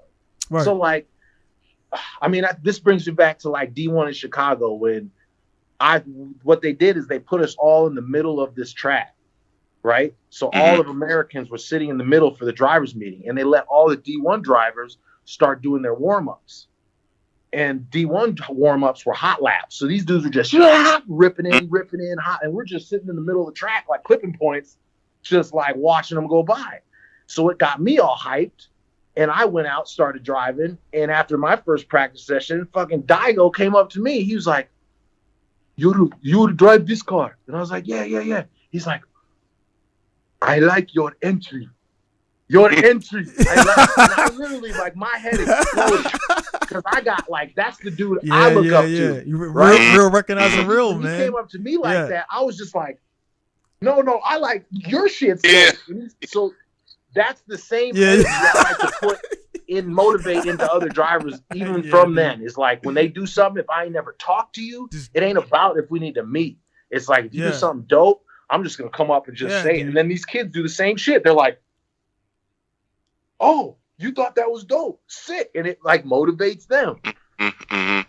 So that's gonna be the clip, right? I'm gonna clip that out and put that on for the promo, because that shit right there, man. That's that right there, like you said, all in the beginning, man. Doing a callback to it, man. It's like, go do dope shit on the track, because all those followers, all those subscribers, all that shit don't mean nothing. You go out there and you're looping out. You're spinning out off the goddamn initiation. Like, okay, dude, next. You know what I mean? That's like that's where people don't get it. And you know, LZ, kind of going back to him, had to follow me coming in, and he's doing well. And when he got into Odie's car, I was like, he's really fucking good, dude. Big time. When he got into Odie's car and you know what I mean, another car that he built, another pro car that there's 1,000 drifters out there that you can toss them the keys to JR car and they won't be able to start that motherfucker. Man, I'm you know what I'm saying? That, let alone drift it. I still got back end bets on myself. Yeah. But you already ready for it. Y'all shit. Right. Let's see what we both do. Like, I ain't got if I suck, then is what it is. But I bet you I won't. No, you know, in the back of my head, how many times I've been like, I doubt that. I want to drive Justin car so bad, just one at a time. I just want to, you know what I'm saying? But I never ask him. But it's just like, well, you can't ask. That's the whole gig. I know, yeah. The driving thing is can't ask. But if you ask me, I ain't gonna say no. You know, in that part. You'd be like Han with the don't crash. You can walk around the pits too all day, just like that's fine. Oh, it's cool. Just like your fingers are crossed, like, please let this motherfucker tell me to drive. Let him tell me to drive. Yo, it's like it's got to be a demo. I'm trying to give a demo every time I drive this when Justin's watching. I'd be like, dog, Winter Jam, we be at the line. Justin and them, they over there on the trailer waiting for us to blast out. And I'll be like, ooh, motherfucker, watch when I come in this bitch. I'm about to come with the wop, wop, wop, right? Shit. Then when he get in there, Justin be like, boy, you fucking driving. I'll be like, yeah, store that in your bank. Store that in your bank, because one day if you got to do a demo, let me drive the demo car. If you got an upset stomach or something, just let me know. Just let me just drive it, you know? It's just like, store that in your bank. Because it's like, you know, you want people. Yeah. People don't understand how much that shit means. When another driver walking around, that's that dude, and he just, all right, well, he gave me a head nod. But when that motherfucker walk up and be like, my man. Yeah, bro. You are straight. It's real. Man. It's real, dude. It's like, I'm not going to lie, man. It's just what it is. I might have that persona. So any of these cats listening that's ever been at events, a lot of them have, because I done ran into damn near everybody. But if they ever notice or think that I like if it's arrogance or attitude or something where I'm like walking through the pits and I'm not just chopping it up with people, you know what I mean? I don't just like stop around and say shit. I stay in my pit, because I got enough shit to figure out being a 2-man team. But it's like that essence of when you know. So it's like when I started, my homie would always be like, nope. And I'm like, damn, that was sick, right? Nope. Yeah. Nope. And as soon as he gave me recognition, not even asking for it, I knew I did something right. Yeah. So that's where it's like, don't be mad if I'm like kind of just not giving you any attention, but be goddamn know when I come jumping over there like a 3-year-old. Did something. That you did something right. See, and that's what I love that I have Sonoma Drift for. Because when it's comp days or some other shit, I might be in that focus and that laser focus, and then after it, then I give it up. Oh, what's up? What's up? Everything good. But when I have Sonoma Drift, a lot of these drivers don't understand. I watch every single run, and I can tell you back the whole run if you ask. When dudes do have the, hey, what do you think? Oh yeah, you did. Then they be like, damn, this motherfucker was watching. I watch everything. And I'm walking around and I watch everything. I analyze everything. If you feel like using my understanding what you did to maybe change something, then that's cool. When I walk up to you and I just walk straight to your car and say, you're fucking ripping, it's just like because I know how that felt when I was the young pup. Matt Fields or somebody was like, see, Matt Fields, he'd be like, you watch him, and if I started my car and I'm driving through the pits and I see his car start and he pull up to the pits behind me, I know what that means. That means this motherfucker shredding and I want to drive with him. You know, when other dudes are sitting there, hey, yo, Calvin Wan, I get to talk to Calvin Wan every once in a while. He popped up to the track. OG. He popped up chopping it the other day. He's like, man, you've been putting in work. That means a ton. Because if what he's seen, he liked that. You know what I'm saying? Bro, it's real, man. It's a real thing that a lot of people don't see. And it's one thing you see now with we mentioned the Sorensen kids who are like, they're younger, and people were like and I try to start the live chat because people in there just be fucking wilding, right? And it's like they're 18, whatever, and the girl, I'm like, dude, she's throwing down lap. She's doing more than me at the current point. You know what I mean? She's in FD, she got a car, dad aside, whatever. It's like the dad has money, but the dad can't make her. You can't push the pedals forward. You can't have stuff like that, man. With that too, though, what people need to realize is the way you act. Everybody talks about it.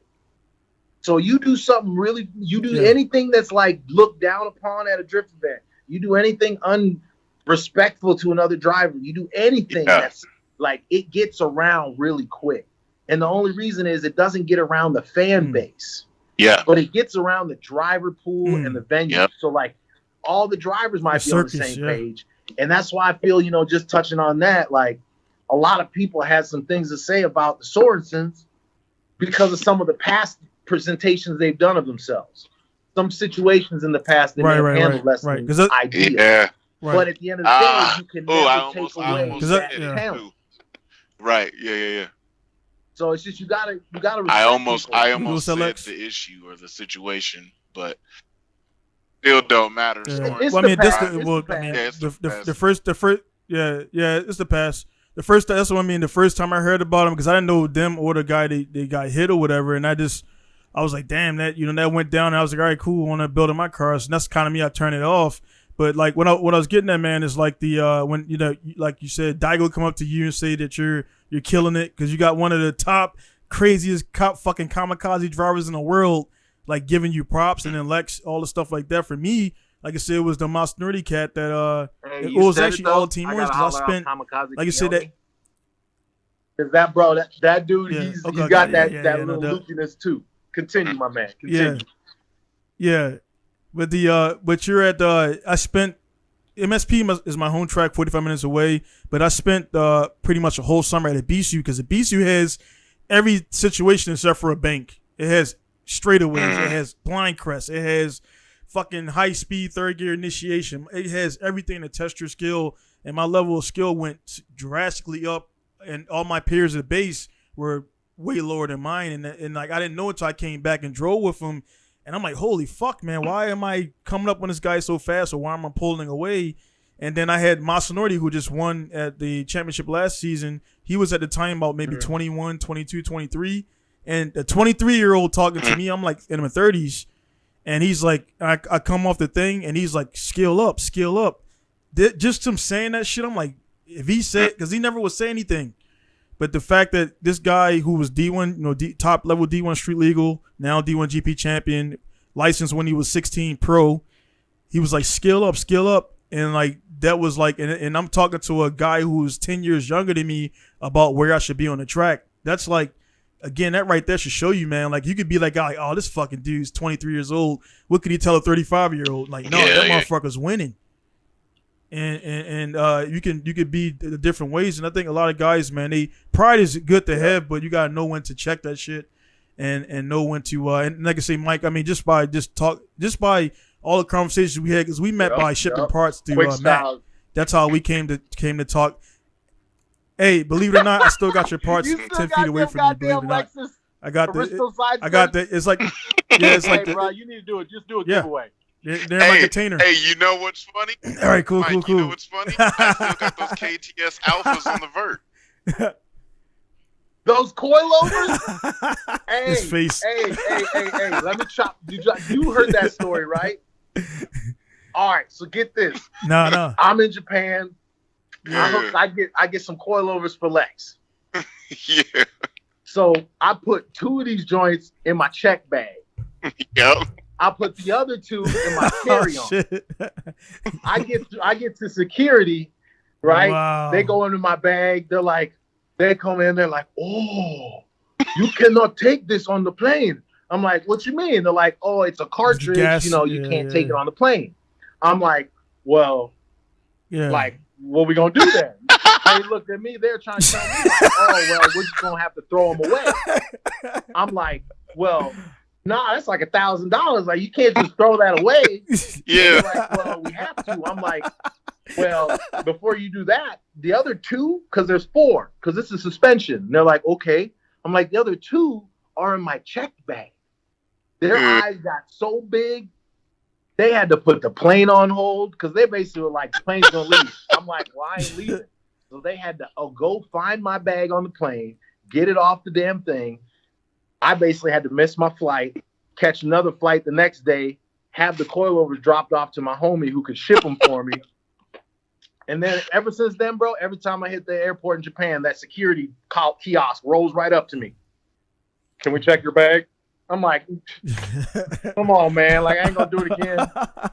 See, so I still got them on there. All the Yeah. time we went through, I still got Crazy. them on That's Yeah. So, That's crazy. Yeah, that's so many fucking stories like that, man. Like shit, we chopped it up so many hours, man. I never heard that story, man. It's like so much shit that like I mean, that's why I like a it's lot of crazy, in man. It's America crazy, back. dude. yeah. Like, Wait. I was buying wheels at Yahoo auctions and pre-selling them on the internet, Mm-hmm. getting half deposit. Then I take that Years half ago. deposit. Everybody, Oh yeah, man. Yeah. Like, I was half these damn 3 pieces then probably came from me and the Canadian homie Sakajima. Yeah. Years Wow. ago. And that's why Wow. I like I've got a ton of stories, but I like them to be told when the people are on. Because like it's I can say that to somebody, "Yo, my partner was in Japan and he said, 'Yo, I got you,' and he missed his flight because of these." That story don't really go over that. You know what I'm saying? But it was like, nah. The homie really and calling me like, "Hey, yo," and I'm like, "Shit, all right, hold on, let me do this real quick. You got it? Yeah, got it. Okay, boom, this is that, this, and I'm like, they still on the call today. That's fucking crazy, bro. Like that's crazy, man. And that's like dudes will miss a flight. It's like, "Nah, man, my mom this." Like, all right, cool, man. Good luck when we get on this plane. Like, it's you know what I mean?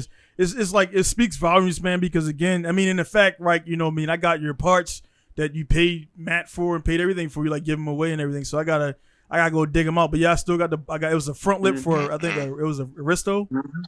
It was some Aristo shit, and I got that, and I got the.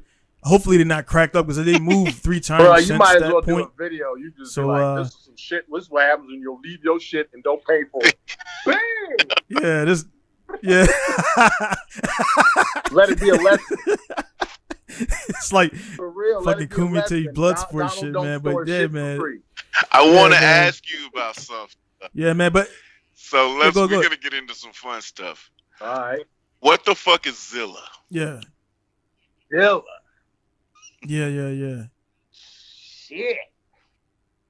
Man, I ain't even heard that though. Woo! I'm gonna have to say, you tell me, bro. So Mike used to go so nuts. He used to. Yo, you still got that helmet? Which one? Afro Samurai helmet. Bro, I got a new version. You do? Well, My Mike ex-business used to go so partner crazy. fucking stole my shit. Original one. Yep. So Mike used to go crazy, and Mike's thing was like he was trying to just tear through everything like Godzilla. So he used to come through on this Zilla shit, and it would be like I'd watch his run, hit him. Oh yeah, that was Zilla. That was it. Just basically beast mode before it was beast mode. Before Fu started saying beast mode. So Mike used to be on this Zilla shit. But then also, I blame you for these beer can fucking missile seat time cars. Nah, man. Them cats got money. Yeah, because you can't blame me. I blame you. Money be doing. I'm a no, I blame you. The you talking about a BC trip? Or? American flag painted S13. Yeah. Hunter. Hey, Mike, FYI, I showed up to the track. And that was done by Mr. Andrew Gray himself as a special treat. That American. But you drove the motherfucker so much and so crazy, and it was just like I started looking. I was like, "Why Mike do that with that car?" And everybody thought you did that to that car. Yeah. No, the funny thing is that car. I think I paid $2,200 for that car. Yeah. It had blown coilovers. Yeah. And no engine mount. So the engine in that thing would be like. And what is the one thing, if you ever watched option videos, you hear Robbie Nishida and Daigo talk about a Bizu. Mm-hmm. If you ever go to a Bizu, you got to raise your car. The jump. And you got to, like, they be talking about ratchet strapping the engine in so it don't move. Mm-hmm. So mind you, I'm out here like day one Matsuri. I'm like, all right, Mike, take it easy. Take it easy. We're going to go have some fun real quick. What happened? I saw Daigo go straight by me go to the pits at Minami. I was just like a little candy on crack. I just followed Daigo. Like, I'm going to Minami. Yeah. So that's what happened, dog. I took my shit off that jump with no coilovers, or blown coilovers and engine mounts. And so my shit just landed and said, kaboom! It is what it is. 2010. And what year was that, Mike? Yeah. 2000. So I was fucking. I was in Iraq because my first one was 2009. It was 2008, 2009 was my first Matsuri, and I've done like so many of them since then. And yeah, I remember it because I was watching the footage because back then 2010, 2009 was still the infancy of social media shit, kind of so to speak. So that's it wasn't any live feeds and stuff like that. But I've seen like 2013, 11 and 12. See, I didn't miss my prime, bro. And it wasn't popping until like only on iPhone. It wasn't popping. Remember, big deal when Android users got Instagram and all the. Oh, Instagram's fucked up now. Now we got Androids on it. Yeah. But no. Hey, Mike, real quick, man. You definitely I can't let that spot slide. You ain't your prime, man, because you still alive and kicking. A lot more stuff to do, man. So I'm just saying, like everybody, it's one thing where, like I was talking to Lex, I just got into motocross, like dirt bikes and shit, right? And I see like a lot of the pro drivers got their page, and it's like some of them popping more than others, but it's like. It's giving the guys a avenue to their style, their skills, and I noticed all the pro motocross riders, they all do the same shit, but one guy he initiates harder on that tabletop clearance. I was telling Lex, and the guy like it to me, I was watching like this dude is like a manji, a hard manji, but a crisp manji before that corner where other guys were going to a direct e-brake or they would start drifting at the apex. The one that looks cooler is that motherfucker who's hard manji and before that apex. And sometimes you might go over and spin over or lose speed or scrub speed, but it's like all those riders got different style, man. So I know, man. Like you say, you got to do Daniel. I would definitely you need to fucking YouTube, dude. Like your energy, your straight up like as you know, trying to get this shit set up. Like my computer done fucking went on this, the phone doing this, like. I got an attention span for technology that's about that big. Because it's like, once that shit falls out, I still got 35 things to do. Kind of move on to the next thing. Yeah, but still true. It's just, I guess it's the essence of finding the right group, like. Yeah. Me and Lex do both our own stuff. And it's like we've been doing it for years, man. So, I mean, for you, definitely, like I said, because, you got a lot of shit going on. I definitely would, and I'm honestly getting into the point where I need a B-roll guy to but that's I don't have time to be like this. from And Mike. I I yeah. don't think Mike is gonna be the dude to go Yeah. mic his helmet, put a GoPro on it, and then speak you through the run. That's not gonna be what Mike. Mike Yeah, he's gonna just rip playing that shit up. music, dancing in the car in the pits, or hype yelling at the end of it, or just driving to the event, bugged the fuck out, and everybody's tired, and he's over here cracking jokes or doing voices. Those like capturing mic things are that's the gold of it. I don't think putting the camera on there and then let me get this mic out my way while my helmet that's in my peripheral. That's not gonna be the mic. And that's what I've been trying to figure out, dog. I've been literally trying to figure out a different angle. Because I feel like right now a lot of it's the same shit. It's like if you like a driver, you follow them. And then they run you through their day. Oh, I'm at the track, and we got the little practice is about to start. And it's like, ain't nothing wrong with it, but I don't think, it don't fit. It just doesn't fit. There's a dude, he does motorcycle vlogs. His name is The Killer Cam. He is an absolute energy drink on camera. Bug the fuck out, peaks his mic because he's screaming so hard. He's a wild out.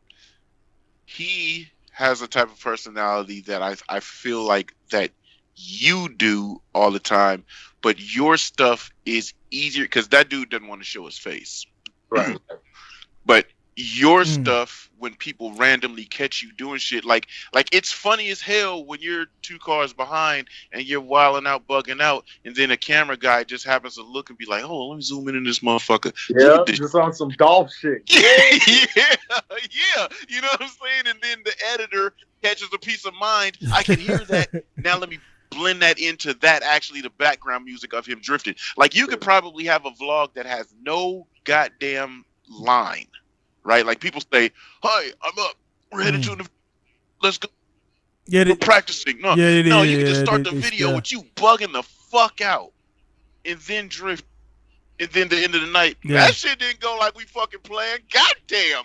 And then could be video over, and niggas be like, "Hey, yo, that was so random, but that was hella entertaining." You know what I mean? Like, because that. And that, like I say, Mike, like I say, it's good, man, too. Like what Lex saying, because it's like right now, like this is I just picked this up last week. This is a 4K GoPro, the little fucking thing right here, man. You gotta get close to it. That's a GoPro camera that I can do. That's a GoPro camera, dude. Like that is just that's it, right there. 4K, it can record for 4 hours straight. You just press record and it goes, and like. It's just so. Had a GoPro. The technology is so cool. That same ex-partner that damn near stole my Afro Samurai helmet. He stole all my GoPros from our Japan trip. That's crazy. A lot of footage. With all your memory cards and everything. Corny ass white dude, man. That's what they do. But see, like something small like that, you can set on the passenger side of the dash, low on the dash, and just catch you. Just hit that motherfucker when it starts. Right on forehead and shit like that. When you hear beep, the battery that's what you've been seeing, though, right? You've been seeing it. Because we finally got somebody. Because, like, straight up, right now, I build the cars. Yeah. I maintain the cars. Everybody around me, that like, even my best boy, Matt, Dave, like, everybody's got day jobs, right? So everybody's got to chop out from 6 a.m. to 2, 3, 4 o'clock. Some of them ain't even in the same state. I'm the dude that got to, I put everything else on the side. I'm holding off normal work because I'm trying to, commit all my time to this. So it's like I wake up, I'm in the shop alone most of the time. And it's, it's not the ideal situation, but, if I'm not doing it, then it just wouldn't happen. So it's like, there's got to be somebody to do that shit. Right.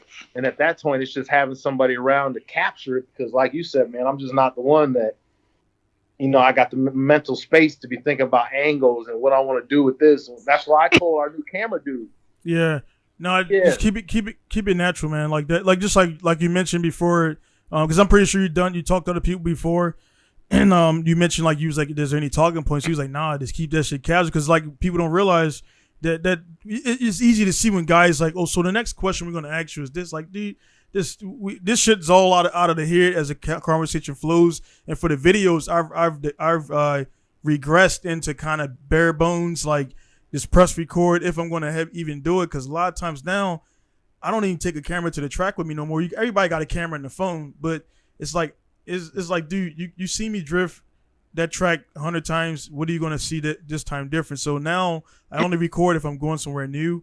Like I'm going to Atlanta joint, so I'm definitely gonna do that because that's something that's worth, you know. And that's also my first time drifting in America since 2007. First time driving left-hand drive since 2007 drifting. So it's like I could be like, oh man, I don't give a fuck. My guy Alan got me an RB20 S14. Yeah. Stock knuckles, stock e-brake. Do you know I'm going out there to mash. Alan, I don't need. You know, I have some of his products. Okay. I'm gonna go ahead and take my own fault on this one because I ain't personally just like rolled up and chopped it up with him. But it's usually when I'm at events, it's me and Dave, so I ain't got like people running around doing shit for me, so I'm very focused. But no, like I run his harnesses and yeah, definitely. So I know of him and I know he does good things in that area. So for sure. Yeah. And you guys look almost similar because he's black. He's black and white. He's black. You got a fro going. No, it's not as Mel B as yours, but he got. I told you I got that J. Cole vibe. Yeah, man. But yeah, man, Alan's my guy, man. Like I say, man, he hit me up out of the blue because I would never have done it. Even hit me, he's like, hey man, I got a car, I can get a car, I'll set it up, you just show up and everything. I was like, bet. And I was like, I bought the plane ticket, done. And like he's just a solid guy, man. We talk all the time because being business guys, you can't really talk, and this is to be honest, you can't really talk to your homeboys in high school about business because they're not doing anything close to what you're doing, man, or around the same people, and we're in that same thing. And it's not that people can't get there, it's just that they're not there and they don't want to get there. They make all the excuses not to get there. You drove 32 hours from fucking Ohio to wherever and you did it, and like when dudes be like, nah man, that's just 30 minutes away, I'm like, dude, are you fucking serious? Like, okay then, on to the next. You're not even gonna waste your energy trying to bring them up because they just don't even have it. And I feel like, you know, if you're gonna have a young guy under you or anybody around you, and same thing for Lex, man, you want to make sure that guy has it in him before you even give him a knowledge. Because people don't even realize who they talking to when they talking to Mike Pollard. All the shit you've done, all the seat time you got, and all the knowledge you got, and they'll say some shit. You be like, all right, man, well later, and that just ends that, you know, it ends that vibe, and it could have been different, man. So, yeah, man, what do you see on the new guys, and what do you like for the new guys getting into the Wisefed LS shit right off the rip? I mean, man? I done had my What's your opinion on that? Like, I don't care, bro, because at the end of the day, like, y'all can stunt your growth as much as you want. Right, you know, like, my thing right. with it is, like, I've seen dudes that can jump in and do things, and it kind of comes play with that natural talent essence. Like, if things click and if they don't. So some people it clicks, some it doesn't. But, I mean, if we're looking at the scene and we're looking at the progression, like, I still find it kind of interesting after taking 5 years off that I can come back on the scene, hit an event, and people are still like, holy shit. And I'm like, I'm thinking to myself, like, what do you mean? Like, this is just drifting. Huh?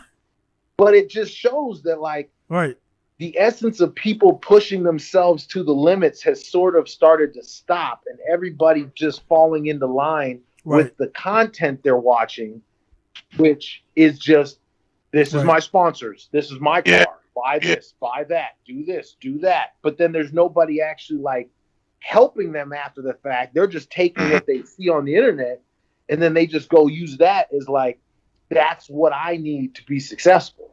Right. And it's like, no. Right. And with that, Mike, real quick on that, that's, I mean, again, my personal opinion on that stuff is like, I'm actually, again, because I got the pro shit with King of Asia. It's called Drift International, which I'm very Mike Pollard. He's the owner of that joint, right? So yeah, so I got the pro cert, whatever, right? But my thing is like, I don't have that. I got pretty much I sent him my YouTube videos and all my shit, and he was like, all right, show up and we'll evaluate you and see how you do. I got my license on the spot right there. And the so for the D1 shit, my resume is just a bunch of not finishes, no podium, no points, no nothing. So I'm a pro guy, but I'm going backwards because I need to pay. I know what I need to do for myself, and I know what you need to do to get those. If I want to petition for FD prospect, they're gonna be like, all right, show me what you got. I have nothing. So let's be realistic. They're gonna tell me to kick fucking rocks because unless somebody comes out and vouch for me and does whatever, it's not gonna happen. So my thing is I think a lot of dudes, man, they just kind of like not being realistic about things. They want to do things like you mentioned before. They want to go right local pro-am and then right to FD. Now what? Now you're there. Now you got the hot girlfriend. How you going to keep her? You know what I'm saying? And that's where I think a lot of guys are not thinking it out completely, and they just kind of like you've been real with yourself and you've been saying like I know I can drive there, but you know what I mean, the money is just is crazy, and that's the same thing for me. I took time off. I didn't drift for 5 years, man, to grow my business. Because if I tried to drift and grow my business, I probably made it 2 years. I sold my car. I sold cars. I sold parts. I sold turbo kits on my cars, and now I got the cars about to be brought back to life. Almost 6 years later. But it's like, you know, guys are like, oh man, you don't drift no more. I'm like, dude, okay, whatever. You know what I mean? You don't know my struggle. I'm like, here 16, 18 hours a day. People don't get it. Like, I ain't got no 401k. I'm not sitting on properties and all this extra shit. Like, I got some cool car shit and a lot of amazing connections with people I would have never met. And like, I wouldn't trade any of that for a bank account, straight up, you know, because and the life experience, you can't buy that shit, and that's what I'm saying. Like when that you buy can't the experience. Yeah. So I think about it like, what if my parents did have the money, and I was able to be doing this for this long, but what if I didn't have any of the natural talent I had? So now I'm gonna just burn through like $1 million trying to get good at something. Yeah, and we seen that shit. How many? I mean. I don't know these guys personally, but you've seen, like, I remember what's the black cat dude the black cat that was in it when FD first kicked off? Brocco Yappa was one. But if you're talking about or Tommy young Sewell? cat, the young no, the guy who was had the Jordan. not Tommy. Oh, the dude that flipped his car. See, he was around for he did that like 2 events, I feel like, and then he just. Man, he didn't stick around long enough, man. Well, no. It was no. It was what I'm talking about is a guy who was like Bill Sherman. Remember because he was like the first. Because it was the dude. No, Bill something. It was a black cat, and he was just running the team. He wasn't. Okay, well, it was a black cat. I think West Coast. He wasn't a drifter. He was running the team, and he kind of had like a team. He was a black cat.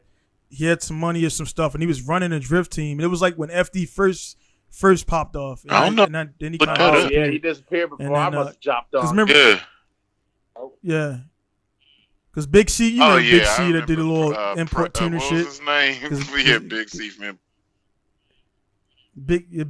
Big C we was watching that joint. Big C had the guy on, and they had the black. They had like some yacht. It was some shit, man. Anyway, we can't remember. But what I'm saying is like the coloreds have been sprinkled into the thing or whatever, man. But it's like they just don't get that support. I'm to the point, man, where it's like my business is growing. I'm not a baller yet, but the trends are looking good. I'm like, dude, if I'm able to, I'm supporting Mike Pollard. I'm supporting the dudes that, you know what I mean, I know that can get things done because I'm getting support from Allen, you know what I'm saying? And we're growing together, him being half mixed and me being full black. And we talked, we were like, dude, you notice there's no faces out there, and I know people see it, and it's not that we're trying to. I told him we're not trying to make history. History is going to make itself by what we do. Again, going back to your post, the post was true, man. It's like you're the most accomplished to this point. You know what I mean? Guy that has blackness in him. And people want to see that as negative. It's not negative. It's just that it is what it is. It's not saying, because you look at FD, it's largely European guys, and you got a few Asian guys mixed in there. King Gucci is not doing too hot. He is. It's like, Calvin. It's just what it is, man. So to kind of the guys who made it this far, we're not race baiting. We're not doing that because we're not in it. We're not these people. What I'm saying though is like you got to recognize real, and it is that you don't see but one Lewis Hamilton in F1 because he came up. His dad they were not rich, but they sacrificed to get him there, right? And now they're reaping the benefits of that. You know what I'm saying? So I just think if dudes just work together a little bit more versus being like, nah, man, he's in Japan, but he's not D1 GP. That's what I've been getting back from people like, I'm in Japan, I'm drifting, but I ain't got D1 GP license. All right, well, you're trying to find a knock in the armor to make yourself feel better, but like, I'm still in Japan. I still got a shop here. Yep. You know what I mean? I can drift. I can Same go thing drifting people right do now. Here with FD, it's we see what you may have done, but you've never done FD, so like, Yeah. you're just like, and that kills me, man. Because it ain't like you can't. And like you said, you know all these motherfuckers. You were there when Pollard got his shit, and it's like, bro, come on, dude. Like you're trying to make yourself feel good in your mom's basement. You're trying to say this shit about me so I can, maybe feel less about myself because you're fucked up. And it's like you know what I mean, it'll take time, dude. And I think I not think, man, I know you eventually will find your way to FD, man, whatever way you get there. And then show guys like this what you've been missing, dude, because it's a lot of like Lex we talked about, like who's the Forest Wing? Always said night Forest Wing refused to do that fucking jacked up your car shit. He wanted this car to look dope as fuck and slide. Yeah, I was gonna say, he but kind of brought that back. Though. JTP, Ford, the wildest dude of that group was Boso Blood. Ross Petty. my dude. Ross Petty was the wildest motherfucker. Yeah. Bro, I still gotta give that man. And Ross Petty, to be 100% real, Ross Petty and Alex Pfeiffer. Yo, I talked to Alex Pfeiffer the guy. today. He's a wild boy. Like, I honestly took so much off of them. Yeah. Because those two dudes, like, even if you look at Ross, he kind of, I think he's living back in Vegas now after going to Okinawa. But, like, Ross was always just, there ain't no angle to Ross other than just the lifestyle and the energy and the love for it. And the same thing with Pfeiffer. Like, there was never any angles with those dudes. They were always themselves, whether you liked it or not. And I always took from that because I saw people kind of always adjusting the way they acted, the way they were, trying to like kind of fit the description type thing. But those dudes just kept it real 100, and like I'll respect them. I took a slice of that inside me the way I am now. So I remember watching Grip video. I forgot the volume. It might have been 2 or 3, where they went over there to Hawaii to do the drift on drag. He's driving at the little airport. Ross. Yeah. He's doing a little J turn. And I was like, Ross was looking like he was in a boy band at the time. So when I actually saw Ross in LA, I was like, blood show has changed. You know what I'm saying? He was a Rasta at that point. He was like full 100% living like wild boy life. I can't speak on that. He still does, bro. I still remember a picture from SEMA. I will never forget. Yo, I was just about to speak on the SEMA situation, but I ain't gonna talk about it. You don't want to talk about that? I don't know what year SEMA are we talking about, because there's some wild we're not shit talking I about. saw We're not Ross talking doing. about. We're not talking about this one. We talking about the one when he's. Wait a minute. The picture. Before you. The picture. The picture. Hallway. It's him, his girl, and another girl. Wait. Yeah, yeah. I saw that in person. I saw that in person. You know. If you know, you know. How about that? Yeah. I saw that shit in person. I was walking down the hallway and said, Lord God. I was like, holy shit.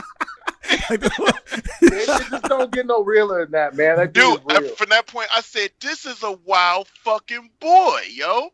I was just like, that's dope, because I went down to Anaheim to watch the D1 USA event, and I first got to see him drive the tricolor car, and got to see some of the dudes from Texas, the NST, the Nonstop Tuning guys. Ross and Mike. Forrest were going crazy. And I was like, damn, these dudes is like, this is 100% that lifestyle. And from seeing them two specifically battling each other from back on Hawaii, then coming here, they're battling. This is the highest level, D1, whatever. Then Formula D, and I'm like, fuck, bro. Then now, when I was hanging around Force and everybody in FD, I was just like, damn, I've watched these dudes through 3 different series, and Forrest is really, bro. You would be like, you're like, he's autistic. He has to be. He's so fucking quiet. He's so this. He's so, but he's so goddamn meticulous, and he's a beast, and this has to be perfect and everything, and to put forth the type of driving he does, like, we know his style of drift car should not exist in Formula D. This is raised, super grippy, this and that. When he had to raise his car a little bit, he was just like, the soul is taken out of this car. This is supposed to be a slammed, fresh ass fucking drift car. And to touch on that, Donald, when you asked me if there's a driver whenever I lined up and wanted to get that ass, I didn't remember, but straight up it was Forrest. Forrest? Because he was actually like when XDC was around. Like, XDC and Nopi, Justin and them, they all went around he on was that tour. Always the one that was like, he always had, the came on the block, had the fucking VSKFs, the Twin Scrolls turbo setups. He had like all the juice before the juice was even on the block. Yeah. I showed up with my little hoopty shit. I'm like, Pioneer, this is the dude right here. I gotta chop this. I gotta get, and that, so that was he was definitely he was a great competitor. Yo, as far as, I honestly thought they were a team, Justin and forcing them, because I was like, why they all got green cars? Green cars, right? And so then when they would battle, I was like, nah. I like the F. Dude, that's when I first started noticing Justin, ripping was Nopi. I like the green FC dude. That motherfucker rip.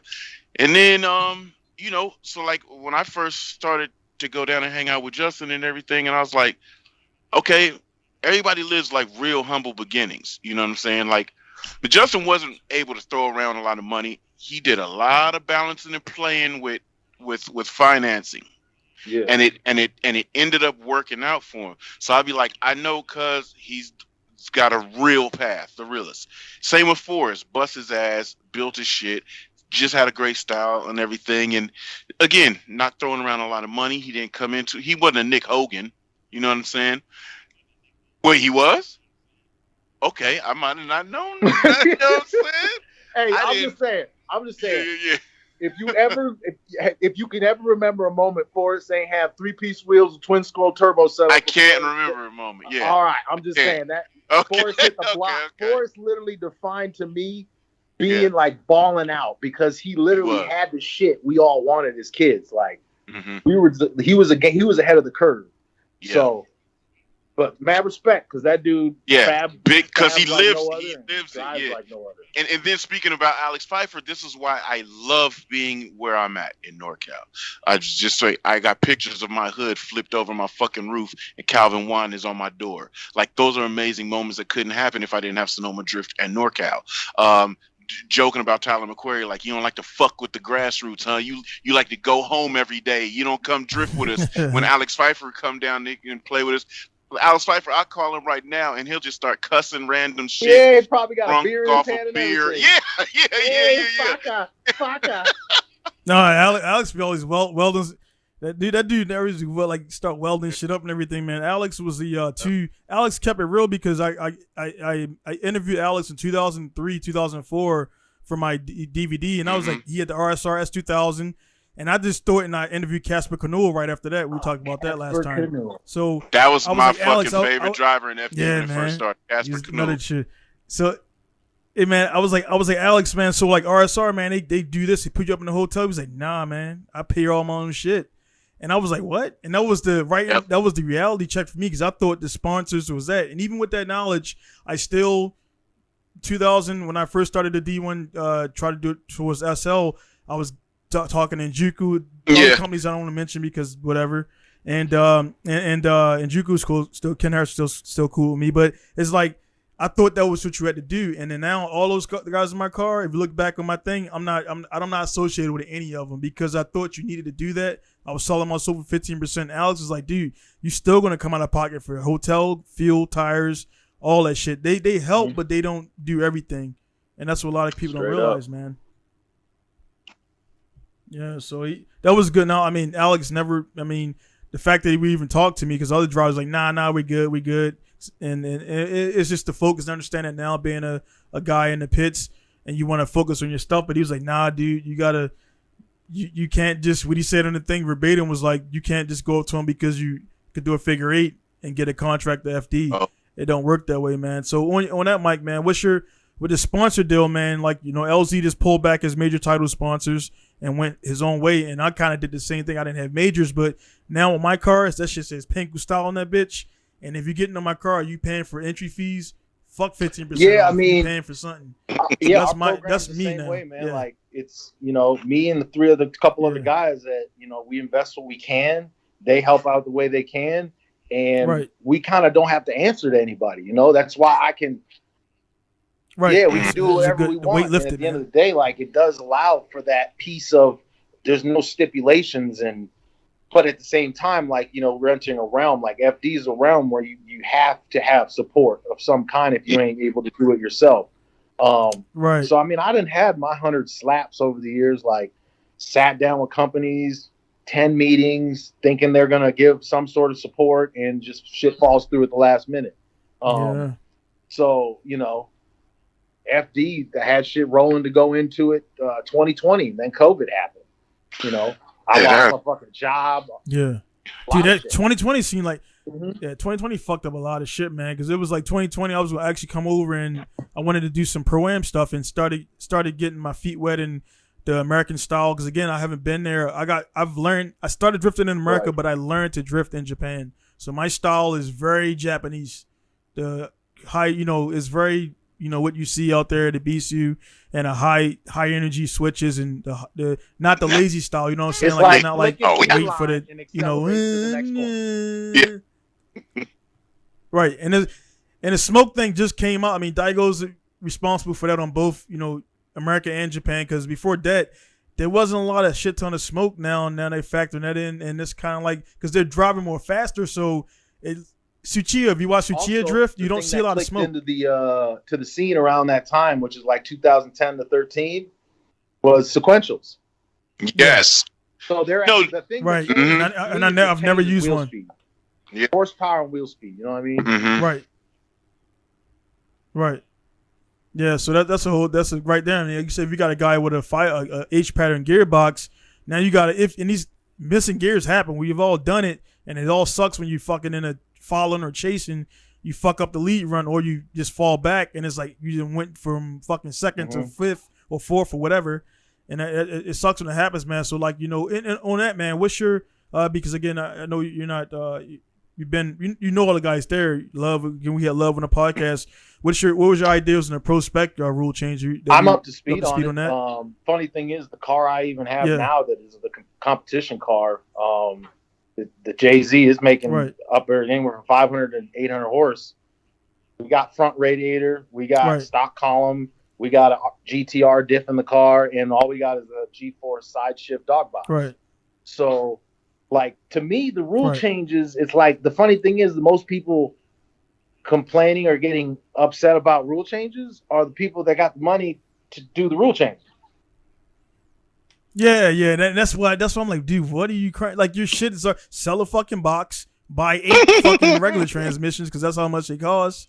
You know what I'm saying? Like, it's like, dude, like, and then go slide, because I'm like, dude's got that mental capacity.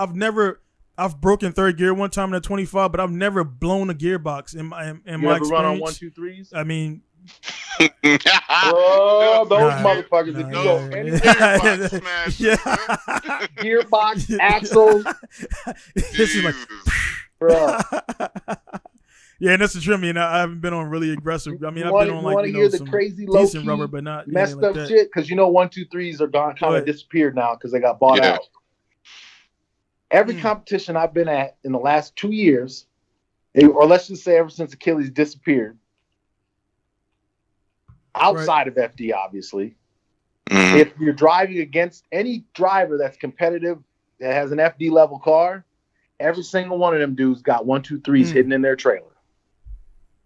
I still got a stash of 1-2-3s because straight up, it's almost like everyone knows you can't. There's no other tire that compares to it. So it's just people, no matter who they're sponsored. Fuck, man. I'm gonna have to pause you for the cause. Go for it. Them joints right there. What's that? The big 60s It's some smashers. Those are What are Falcon those? Falcon RT66. Oh, well, see, Falcon ain't branched out to the brothers yet, so I don't even know. Man, They got a brother running the team, and I respect the hell out of him, bro. I've seen him for Jay years. Brad is He's like running the that's, team, hey, but they bro, ain't running the drivers, bro. bro. I look up to Jay Brad so fucking much, dog. But I try not Right. to. You know, we got a good relationship. We talk and stuff, but I try not to just. I just want to pick his fucking brain, dog. Right, just get I in just there. want, tell me about this. How does this feel? What's the inner workings? How much do they listen? How, you know what I'm saying? It's just like Yeah. one day, I just want to sit down and have a beer. I don't even drink, but I'll drink Hey, water. I ain't talking no stuff, I'll but I drink just talk. I just call it how Yeah, it is. no, I know, If I done but no, seen companies we around. know the yeah. game changed Nah. when the Achilles 1-2-3s came around. That's Yeah. I actually 1-2-3s. I did use 1-2-3s before. They were only like 220. They weren't like what? They weren't 290s like that. So I what ain't size never were you gone running, past Mike? When you were 265, because those things. that's all that's needed, right? yeah, I never Yeah. been 225s, 225. yo. That's hella Yeah. grip on those. Justin be running goddamn 285s, Right. 295s. That's because I'm like, everyone all got right, damn near dude. 12,100 foot-pounds of torque. yeah. I be like, mine. Yeah. Dude, how can that Yeah. tire Yeah. retain that kind of Yeah. like you're thinking about a heavy car, 3,300, 3,500 pound car, 700 pound-feet of torque. Shit's like, nigga, what the fuck is going on? Yeah, I don't see too Yeah, much as far as you were saying, Donald. Though I don't see like the big stink with the rule change, because again, it's just the way it looks to me is they're trying to make it so that the kid that wants to come in and do FD isn't looking at a $25,000 Right. fab bill for a shop to put his radiator Exactly, back exactly. and do all this shit before he even knows if he can even drive. Right. And the thing is, like, I didn't realize, because D1 divisionals is what I spent a lot of time in, learning how to show up. I didn't win, but I learned a lot of things. Like, hey, you come with your shit in compartments. You ain't got time to be fucking digging out your shit. Because I was driving it daily. You come with your shit in the compartments, come with a cover because it might rain. Bring this, bring that, and it's like I learned that stuff now, and it helped me later on turning pro. So it's like you just learning how to do things proficient. So like for the to say, man, it teaches you a bunch, man. But like what I wanted to ask you, man, is like the tire. One thing I've seen, and I got some buddies I mailed. I'm like, dude, you kind of your loyalty is it's like they want to get. They got Valinos this week. They got the other tire that the guy disappeared with the money. Yeah. We're gonna leave it at that. Yeah. We just gonna say It's like Yeah. everybody. Yeah. Yeah. Then it's like that tire turned into this tire, and then like so now it's like I mean I run Federals because I'm a dealer for them, and that's the only company inside Japan that would talk to me, because Toyo didn't want to talk to me, Yokohama didn't want to talk to me. And they were like, we got Arito, we got Taniguchi, we good. We don't need you, black guy. And so I run Federal. They work, and a new Federal, the RSRs and RSR Pros are really good tires, man. RSRs, and even ST1s. Yeah. The RRs are really good compound, and I get a good deal on them. So it's like the tire thing, and I told dudes, I'm like, dude's gonna push that tire that they get the best deal on. I mean, and it's actually something that works. So I just see a lot of that going down, and then GT Radio coming in, and those guys kind of pushing them towards. I'm correct on that, right? The guys, Lexis, everybody in FD GT Radio, or is it just? Yeah. They have two options, Prospect. Federal as well, I think. So everybody, no, Prospect is right? Because I'm like, just GT Radio. Oh, okay. Pro Okay, now I think I is remember. okay. GT Radio, Falcon, Federal, and Federal. they still have Nexon is still around because Okay. yeah. But Prospect specifically is mandatory. Yes. 255 GT Radio this year. Next, yeah. Right. I think that's a good thing. That's a good thing too, because like you said, man, that money, what I was getting, I got my thought back. Divisionals came around to bump, dude. If you do the math, the exact amount, because they can do 32 cars or whatever the limit is. That limit, if you add up the entry fees, is the exact amount paid to first place in D1 GP. The exact amount. Like that's how linear Japanese is. They like we can get more money and then pocket that. They got the exact amount that pays the first. So that exact amount that everybody enters pays out first place in D1 Street Legal and D1 GP. And sorry about that, D1 Street Legal. The D1 Street Legal money entry fees pays out D1. So it's like the hierarchy. So if they got the guys that can't get into prospect money and proceeding funds are going up to FD Pro, and that's for guys that don't understand it. It's a pyramid scheme. You're just in it and you're burning tires in it, but you start out like here and then you kind of go up and everything, and you're not, Avon. Everybody in the States know what Avon is. My mom sold that shit. You sell all that shit for years and you don't really get nowhere, but if you do it for 10 years, you kind of go up. So it's one of those things you got to buy into the system, play into the system and everything. But just know, man, when you get into the drifting shit, when it comes down to the end of the day, man, it's a judge sport. It's a judge sport. So you got bias. You got people who don't fuck with Mike because Mike said this about this guy or blah, blah, blah. We can hit it. Oh, man. Yeah. Now at this point, the judges are now like some of the new kids, but there's some of the old kids that still might not, like, I don't know, but like, I don't know. I got some things to say about some people that are judging lately because. Yeah, well, I mean, even the guys on, I'm not, I'm on the Maximus, the board or whatever, and everybody's harping about the last event and like, what happened now with the judging. It's like, it's a judge figure. It's a judge sport. It's got humans, human errors, human emotion. You know what I mean? It's just going to be that way, and you can't do nothing about it. Like somebody was bringing up that they was saying like, when they had Angelou on, Angelou was judging. They said Angelou from the outside. They said Angelou was judging in favor for the DA guys, but then somebody said that Angelou actually judged against. If you go back, he actually went against a lot of the DA guys and didn't get wins. So that myth was ruled out. But you could say it's still that favoritism there. That's my boy. Let me go ahead and nudge him over to the left or right. What it really comes down to is a production, like it really does come down to points, and it comes down to who's potentially could be in the chase for a championship at the end of the year, and who definitely won't be. Right. So it's like, unfortunately, in drifting, and most racing, like you might a dude that could be the number one runner could have a bad weekend. Yeah. But Your the whole problem thing with drifting is, right, in other racing, when that number one competitor has a bad weekend, there ain't nothing he can do about it. He just got to come back in the rest of the race, try to come back till the end of the season. In drifting, with judging, you get the essence of there's still the opportunity to twist the knobs and make the probability for what you'd like to happen a little more, attainable by one more times or you know this and that. Yeah. So as long as you come into it understanding it, the key is like if you start a season off strong, then you have a better probability of getting the calls going your way against someone that is not in the standings. Yeah. That's just like an acceptance of the reality. Yeah, and guys still battle that too, man. So what I want to like kind of focus on too a little bit before we get off of that, man. And I don't hold you up too long, man, because time Sunday is vital night, for bro. you too. But the all right, cool then. Cool, because me and Lex be in here like we were about it 13 minutes, so we're about an hour away from our normal cutoff time. So I knew this was gonna be long, but what I'm saying, man, is like so let's say Mike's in FD, right? Mike Pollard's in FD. He gets there and like we know this wouldn't happen, but Mike's like he goes through the pits, which I don't know if people even walk pits like that. Never been there, but like fuck this guy, blah blah blah, and then it gets back to everybody collectively. All the drivers are like Mike's a fucking dick, and then they get. Of course, a lot of the drivers are friends with the judges.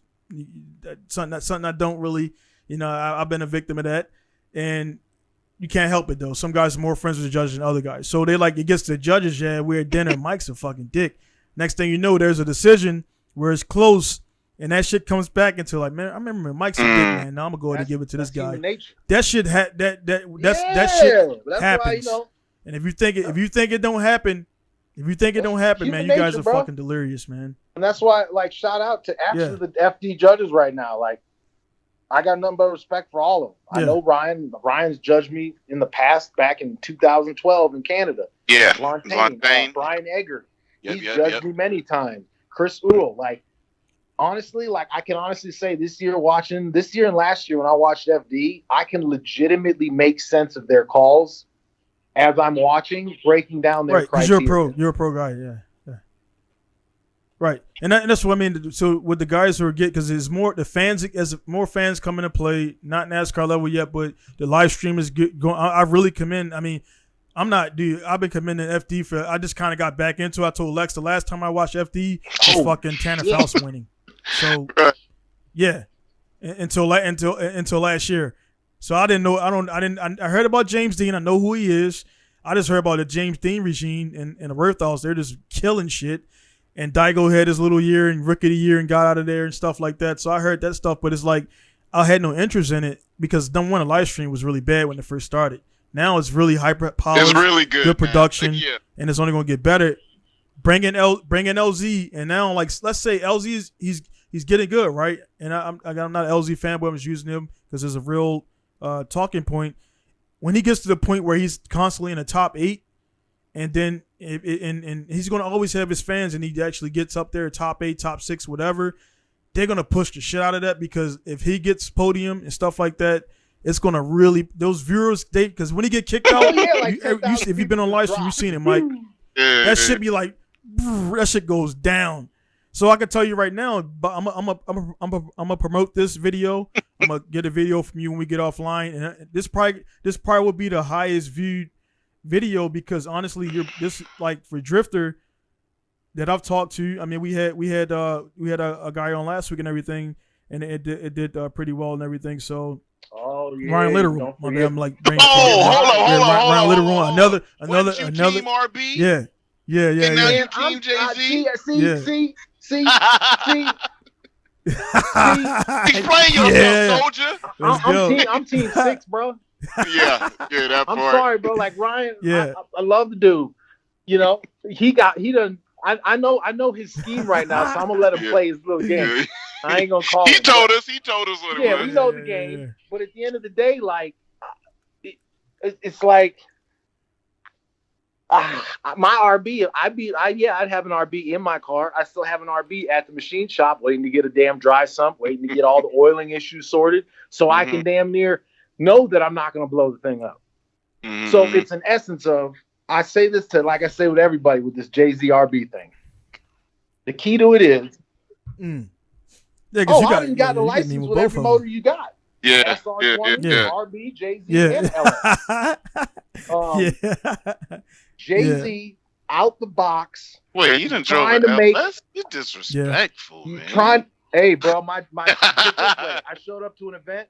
Yeah, the car was. Through a ride. Homie was like, "You want to drive my car?" Yeah. So, but Jay-Z out the box. You want to make power, 600 consistently, reliably. You can't beat it. RB. Well, now here's my thing with the RB. It will forever sound better than a Jay-Z because of the stroke. You can't help it. It just will always sound better. I say it like this: a Jay-Z can hit is like Beyonce, right? She's bad. She got money. You ain't gotta be doubting. Yep, you ain't gotta doubt it. But the damn near the RB can hit Mariah Carey notes. Right. The RB yeah. You know, you just 26 can't hit it. crank right there, man. Yeah. So no, I don't. I get it because it's for the views. Yeah. It's wrestling. Yeah. It's turning wrestling. I mean, it is. It's, brother. Yeah. He's turning. Dudes too corny to actually talk shit to each other, so they talk shit about the motor. That's how it goes. Yeah, man. But hey, man, the thing about it, man, you got guys like that because Ryan, I love RBs, I like Jay-Z's, and a lot of guys what it is the guys that are co-signing, getting on again, these new Instagram guys, we ain't driven either to the potential, and they got so much to say, man. But like I said, what I was kind of getting at too with that, man, is just again, they're gonna the whole engine stuff and whatever, man. Actually, what I was gonna say earlier, I wish I forgot. It seemed like I think a guy like yourself, Mike, could do a lot more with less and have better results because so many other guys are trying to push the fucking very spectrum of boundaries. And people don't realize, man, drifting. I think drifting is more harder on the engine than say drag racing, where you're loading it up, but you're going straight. You're not fucking constantly changing. Yeah, constantly changing your map. But if you look at your map on the fucking computer, your map is like fucking all over the place during a session and shit. It's not just going straight up like that or down depending on what you're using, the Haltech link or whatever. AM, don't recommend it, but you know what I'm saying? It's not what you're using. It's just people just like this. They gotta use what they use, what works for their program with their tuner tunes. If you're not a tuner, and it works out that way. So I think a lot of guys, for me, I'm just going back to getting simple. So again, I'm flying from fucking Japan to Atlanta to drive a bone stock RB20 with a little bit of stuff on it and S14. Yep. And it's like, I'll make it happen. You know what I'm saying? It's the same thing I say with the power. It's tax brackets. Like, I'm not in the tax brackets to be running over 800 horsepower and blow up an engine because you know it maintains maintenance. Yeah. And disappear, man. How many times have you seen guys disappear? They got that badass car, hit the wall, never see him again. No IG posts. And that's what I mean. You can't be on that's what I'm saying. IG shit, people use it, and I give props to Ryan, you know, because he had he posted it, and I'm like, man, I was like, I knew it was gonna happen when he lost his trigger, but the guys like the trigger, what was Jay-Z? What happened? It was when he funny, didn't right? make. But it's like, bro, like right. But some people were saying like the trigger. I'm like, dude, everything has a trigger. A 4AG has a trigger. So you got all these uneducated guys thinking the trigger wheel going down was an RB specific issue. No, you take a Jay-Z, you got the cam triggers, and you got the one down there. If you pull them out, your engine doesn't start. Go. Homie done did a little boof to me. He done did a little bit of he done did a little thing that makes me look at him like this. And I say that because he done came on the scene. Like, Ryan's been around, if you don't know, just about as long as you too. Ages, yes. Ages. So he's OG too. Yeah. So tell me why this OG, why is my homie now chirping off? Because the man done got the pinnacle of an RB motor. Every part you could ever think of dumped into an RB. So I'm like, I'm like, all right, so good, now you're gonna back it up. When you got the billet block and all the shit, like, man, that's got to be. I'm sorry, that's got to be like a $40,000 motor. Like, oh yeah, and he even said it, and we had on the podcast. He's like, I'm not. He before go to the first event. He's like, I'm not blowing this shit up. Like, that ain't his choice. You know what I mean? Because the thing is, even for all that, right? Yeah. It was my choice to have a fully built Jay-Z, go out 10 laps in a goddamn ARP rod bolt. I know. He said, yeah, he said, dang, this choice. Like, that's all those fucking ingredients working together in unison. Like, it could be one valve spring that want to be like, nah, man, I'm taking a day off. And then he done just shot himself. But I know his game. Yeah, so man. Props to the homie. He's doing his thing. Yeah, man. It was like, that's that friendly banter for the guys who were not smart enough to realize that shit. So I can clip that. So if I was a dick, which I'm not, some people I am. But if I could clip that shit out and make that shit clickbait, Mike trash is fucking Ryan literally edit out shit out. All right, hey, consider it done. Man. Hey, just saying, man. There's a reason that boy's hollering at your boy Rad Dan, and Rad Dan's a cool motherfucker too. But you got Ryan Little, which might as well be the blackest dude you can have as far as shit talking. Just because he runs his mouth. Yeah, we talked about it. That's why you up and standing around, Lex. You know. Hey. And then you go have Dan, which is like the coolest, most laid-back dude. That's unfair battle right there, bro. That's unfair. Oh man. Yeah, man. But hey, man, it's just, you know, I don't know how you feel, Mike, man, but it's like, and Lex, we always talk about it. Always, it's like we're not the type of dudes that be like, oh man, look at me, this, and this. But it's at the same time, I mean, for me personally, because I'll talk real. People try to keep their feelings off.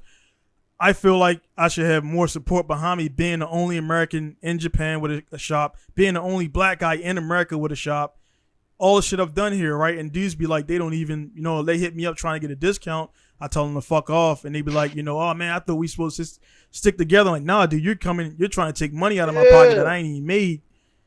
That's not how it works, you know what I'm saying? And it's like, I feel like I should have more support, but it don't happen. I'm like, I'm not gonna cry over it, but it's like, hey man, when it pops off, you know what I mean, you missed the boat, dude. And that's kind of how it is with LZ, like you said too.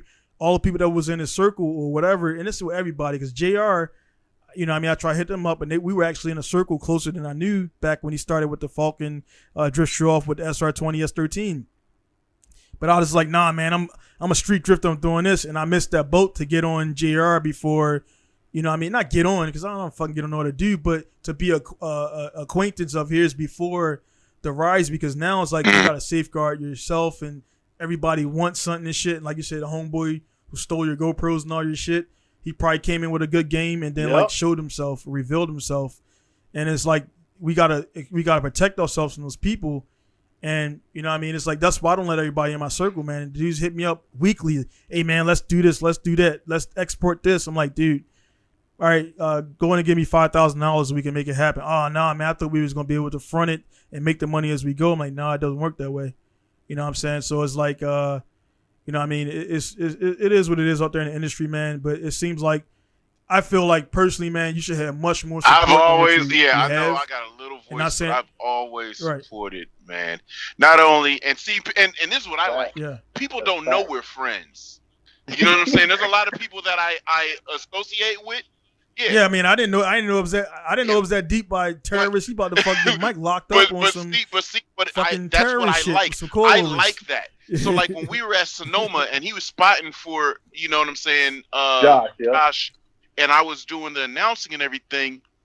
That's my man's, but I know he's working. You know what I'm saying? So I leave him be, right. and this is why, like, my relationships in the industry, this is how I move. Like, I'm not gonna be the dude all in your Instagram comments just to show people we're friends, or only in Facebook. But when we just message each other just off random. Yo, you good? You know, it's just like that type of shit. It's been a minute type shit. But like every time and what I do, me is with my friendship. Anytime anybody's name pulls up and somebody's, this is what it is. This is, you know, I'll drop accolades and whatever, but I stand up for everybody I fuck. Stand up guy right there, man. If more motherfuckers did that out there, it'd be less, because dudes be like scared to stand up for a dude based on them getting blackballed. I'd be like, nope, I'm not letting it fly. Yeah. You know what I'm saying? Yeah, and if I know somebody well enough, I'll be like, nah, dude, I've had it happen to me where, you know what I mean, I don't talk about, but people bring dudes up at my shot. I'm like, yeah, I don't fuck with a guy because of this. He's like, oh man, he's this and this. I'm like, all right, well maybe, but to me, that's the only person I know. And I mean, people get different energies. I mean, one day you can have a good day, Mike. Next day you can have a bad day, and people will catch you on that energy, and they'll think that's you all the time. It's like, nah, that was just me for that 5 minutes. On that. Oh, I'm just saying on that. Go. New kids hitting events that are new to this. All I'm gonna say, even fans that roam around the pits. This is the one situation I've been caught in more than anything, because I'm always like. And I've said this before, so I know what you're gonna say. Yep. If you're gonna try to roll up to somebody and have a conversation, and they like are fixing their car or doing something, and you just get cold shouldered, you cannot sit here and be mad about it. Because you need to understand, I ain't got time to talk to your ass. You should have already respected my mission to see that I'm busy, and you want to roll up to me and be like, hey, Mike, what's up? And I look at you and just keep moving. It ain't, I'm not trying to be a dick. I'm just trying to do what I came here and spent thousands of dollars to do. So right that now, part. Yeah. Like, I can't express that enough, yo. I cannot express that enough. I've told Donnie before, I might be in the middle of something, and with rotaries, it's always something stupid. It's always something stupid, and I can fix it in 5 minutes if I can just identify what just happened. This. Hey man, you need to. But when you just walked up and you've never seen my hood popped, and you want to see what the fuck is powering my car. And here you are now, you're trying to start a conversation while I'm trying to laser focus. Did a vacuum line pop off on the boost side? Did a coupler come apart that I can't see? Did a fuel line come out? Is I have an injector leaking? If I'm trying to identify all of that, and you just, hey, what's up, boy? Can I take a picture? Can you? 1 minute? Yeah. 1 minute? Some people were taught, man, growing up, there's a time and place for everything, man. Some people weren't taught. They were taught that, you know what I mean, a lot of the, you know, this is we are not new guys. So, I mean, we can't relate to what it is now. And it's like the kids have been taught now. It's like, you know, you got to go out and take that shot. And more so than ever, because this is a shoot your shot era, which is great.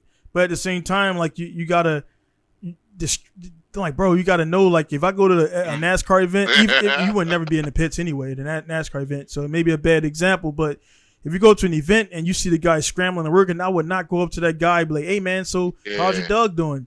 Like, what? Like, that's not the time, man. So, like, if guys are going to base their opinion off of that, they're the weak-minded anyway. Or one thing I stopped grooming in my circle, man. If a guy ever comes to me and says, man, Mike's this and Mike's that, I'm like, hey, did you talk to Mike about that? Did you talk to Mike about that? Nope. Well, shut the fuck up about that around me. Yeah.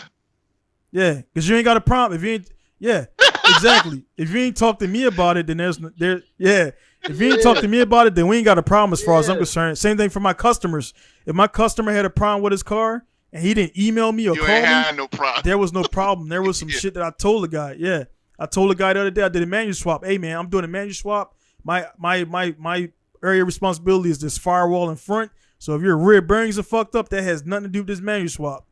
You know what I'm saying? And I made that clear because you're not gonna do that after you worked on my car shit. Fuck that shit. But just as being a stand-up individual, man, when you fuck with people, don't just fuck with them between you and them. Don't just fuck with them. Yeah, you and them. Yeah, fuck with them everywhere. Like you don't know how many fires I've had to put out because of JTP. That nigga's an asshole. Nah, y'all gotta chill. Oh, hey, you talking about the recent shit? Hey, you talking about you? Hey.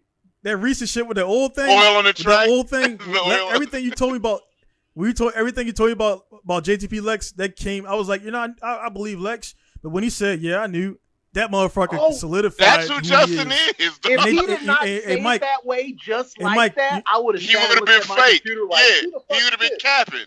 Lying. Yeah. And Mike, they deleted that shit out the live feed, right? I tried to go back and put it up as a meme. They deleted. They took it out. Yeah, they took it out. They deleted that shit from the. They deleted it, moved on, and then they also deleted the no. I'm glad he. drove. I'm cool that he drove. Yeah, I'm glad he drove like that. They added that part out too for the no for speech. Because at the end of the day, it's like Justin. Yeah, we all get it. We all get any it. driver that knows Justin, I've done the same thing. Like the motors pop, end of the event. Man, I'm fucking mad, bro. That bitch made power. It was making smoke and smoke. Yeah, I mean, this is his foot. This is Justin in that moment. Rough, motor blew. Yeah, it still works. Yeah. Osbo like exit stage, right? Yeah, and yeah, man, it's like, bro, and that's what I'm saying, man. Guys like, somebody who really was trying to be like, it's not saying he's not an ambassador, but they want to kiss suck ass. They would be like, yeah, man, I'm sorry, apologize to all the man shit. Like, that's just a competitor. He's competitive. And what? Yes. Yeah. I paid to drive. I'm driving. Oh yeah, like I'm driving. Yo, in real life, he literally just texted me because I got this new R1. How much faster is it than my R1? Nigga, it's a lot faster. Exactly like, hey man, how much faster is that shit? Yeah. But he's competitive. But it's like, I love, like, so my homies, especially when motherfuckers around that don't know y'all like that, or, say whatever, but because they don't know, how, like, man, I'm supposed to fucking be a beast. It's a teachable moment, man. I'm supposed to walk up to a motherfucker when there's a problem. Man. Yeah. Yo, you rolled over my shit, you bitch. Or walk over, hey, did you use the brakes? No? Hey, yeah? It looked like the best situation, too, when you approach somebody and call them out straight up, is the next thing you got to deal with is the shit you got to deal with outside a person. Yeah. So if you feel a certain type of way, and you haven't approached that person, now you are the bitch because you just running your mouth at home. Right. So that's why I get it. Right. And you had that's what and that's right there is to me personally that because I seen it go down. You did a video and I watched the video is like what 30, 20 minutes long, and you were talking about the stuff and what went down on it because everybody it had been 5 different stories by the time you got home or more. And you was like, hey man, let me clear this shit up. This is what went down. I'll watch the whole thing. I was driving to actually Fukushima at the time. And I watched the video. I was like, and then I think after that you came out with the whole joint where and then the Nofo was like, I'm the only Italian on my block. don't know, and it was like, the Nofa was fucking but around when he posted this shit. That was actually what sparked And, me. I was like, wait a minute. Oh shit. Huh. Yeah. So the Nofa did his first. I feel like something along that probably sparked my thoughts. And then, yeah, because everybody started doing it. It was like funny as shit. It was comical to me, but then again, like you said, man, again, me, Mike and Lex, we never met in person. We only talked online, and stuff like that. And but like, I mean, the fact that, again, alluding back, because I like not just talking shit, alluding back to like the beginning when, again, the guy hit me up, because it was three black guys, don't matter who they were, three black, and I didn't really know them much. They hit me up like, hey man, what do you think about what Mike said? This, and this. I'm like, he's right. He's 100% right. What do you want me to say? Like, nah, man, but he ain't an FD. Like, that's some bitch shit to say. That's some insecure shit to say. And I'm not an insecure guy. What he said there is 100% fucking right. Take it or leave it. If you feel bad about that, it's because you feel less of yourself, because you didn't put yourself out there. You didn't drive to the event. You didn't go to Canada. You didn't do all that stuff. That's your insecurity, man. So, like, I'm going to stick up for my guy. As much as I know about Mike, he ain't a child rapist, so he's good to me. You know what I'm saying? You know what I'm saying? So that's that one. Yeah, it's like, you know what I'm saying? That's about the only thing that'll get me like not fucking with you is messing with kids, real. R. Kelly type shit. But they were teenagers though. It's all good. They didn't nothing but a number and shit. Want to get that? But you know what I'm pull saying? up your school like Get that BB. Yeah. Hey yo, the funny shit about R. Kelly's he playing that shit in churches like I Believe I Can Fly. You can't play that in no churches nowhere. Because straight up everything, I can hear it all in his music now. Hey yo, you can. You pay attention to it. Yeah, Bow Wow was a beast. It's on like the watching verses cartoons yesterday. when you were grown up. You know what I mean? Yeah. You be like, holy shit, that's slid. Yo, like on the Puff the Magic Dragon Bow was Wow literally played. getting this little boy lit and taking him on adventures. I used to love Puff the Magic Dragon. I didn't know he was sitting here like, come on, Billy. Like, damn. Owen. Yeah. Oh, the G-Bone. Yeah, Yo, dude. Bow Wow played his R. Kelly verse, his R. Kelly song, and the comments yesterday in the verses, people were like, did this motherfucker just play R. Kelly on us? They was, wait a minute, yo. That's what the comments were saying. Like, hold on. So I got a question too. Yeah. For Lex here, because I know I done had to deal with the interesting situation. You know what's coming. The interesting situation that has to deal with dealing with productions, doing shows. Yeah. I want to know your experiences. It's been interesting. This recent one is very interesting because the text messages,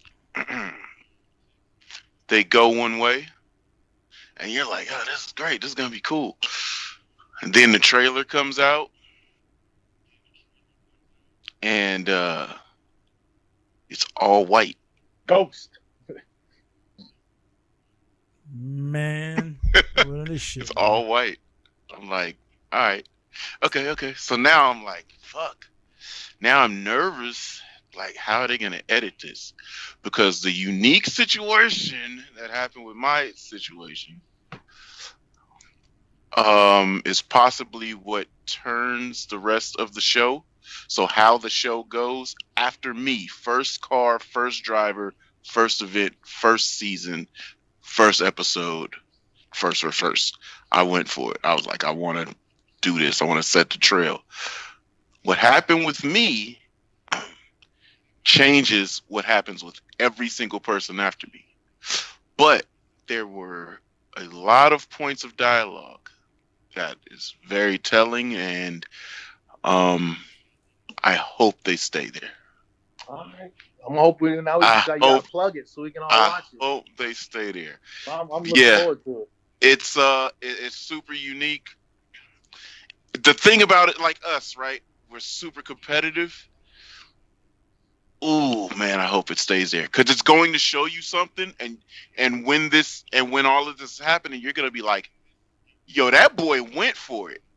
Yeah. Oh man, fuck! I want to talk about it. No, you good. Don't okay. No beans. So you at Fuji, when they told you didn't have what to do a big what? Okay. Reverse that. E-brake. Yeah. Okay. Yeah. I got And this. Okay. Now, how did that happen? Because when my car left here, Oh, damn. so the show is gonna air. We're gonna see this happen. It was dope. But I know I would like to, because there were more black drivers there than me. Oh, word? Yeah. Okay. But the whole trailer doesn't show that. See, and that's what I mean. Like, Man, we opened up the fucking thing talking about this, and like it's like you, unless you even Hamilton, man, Lewis Hamilton gets shit for being braggadocious or whatever, and not really. He's just a dude speaking his mind, and now not to get on Hamilton, but it's like man, they just gonna find a way not to. It sucks, dude. Like it's real. it's crazy. It sucks, dude. Half of it's crazy because you figure there's sucks. so much more shit going on at this point in the world. Yeah. That like, what the fuck are y'all afraid of at this point? Yeah. Like just because one of us might make it on the Ready here, fucking don't a black mean, president. like all of a sudden all these Section 8 brothers gonna just start getting money and buying race cars. Yeah, because it still takes talent to get to a Exactly. space where it's good enough to be acknowledged, and that's Not what only talent, but commitment and desire too. Yes. So because it's like when you go there to a level at that point, he has put it in the same amount of grind time as me. He's put in the same amount of grind time as me. Black dude over there, he's put in the same amount of grind time as me. I don't give a fuck what his skin is like. What kind of commitment has he put in? Has he put this in to get there? Then when you get on track and be like, ooh, that motherfucker leave it out on the track. Like he's doing it, whether it's drifting, motorcycle, dirt. I mean, but wasn't Bubba Stewart and them getting a little bit of backlash back in the day because it was just, he's out here with dreads and this and that, and things have to blow over and then be accepted. I just don't see the Lewis Hamilton hate, just touching back on Lewis Hamilton. But then I also, like I said earlier, like we started earlier, we take our pride in what we do as drivers, as drifters. And so, I put in just the same amount of work at the show and the production. I don't have to be in a trailer. I don't want to be if that's not what flows with it. But I know that there were but that's a selling You point think right so? there. They just You fucking would missed think out on. so. Yeah. And that's why I'm like, I'm almost like at a loss for like, what the fuck is even the meaning anymore? Because I'm like, all right, everyone's the especially in the last couple of years with just nothing's really changed in the last couple of years. But it's been more put out there for everybody to feel like it's now an issue. And it's like to not even see like certain companies or even these production companies like just kind of like realize like, all right, if you're going to use it as like, we definitely have to do this for the times. Like they're still finding a way to be like, nope. Yeah, that ain't no. Like that ain't gonna work. I don't. Yeah, and I know you've had your share of it too. I mean, it's not the lack of commitment. It's not the lack of professionalism. It's not the lack of likability. It's not the lack of marketability.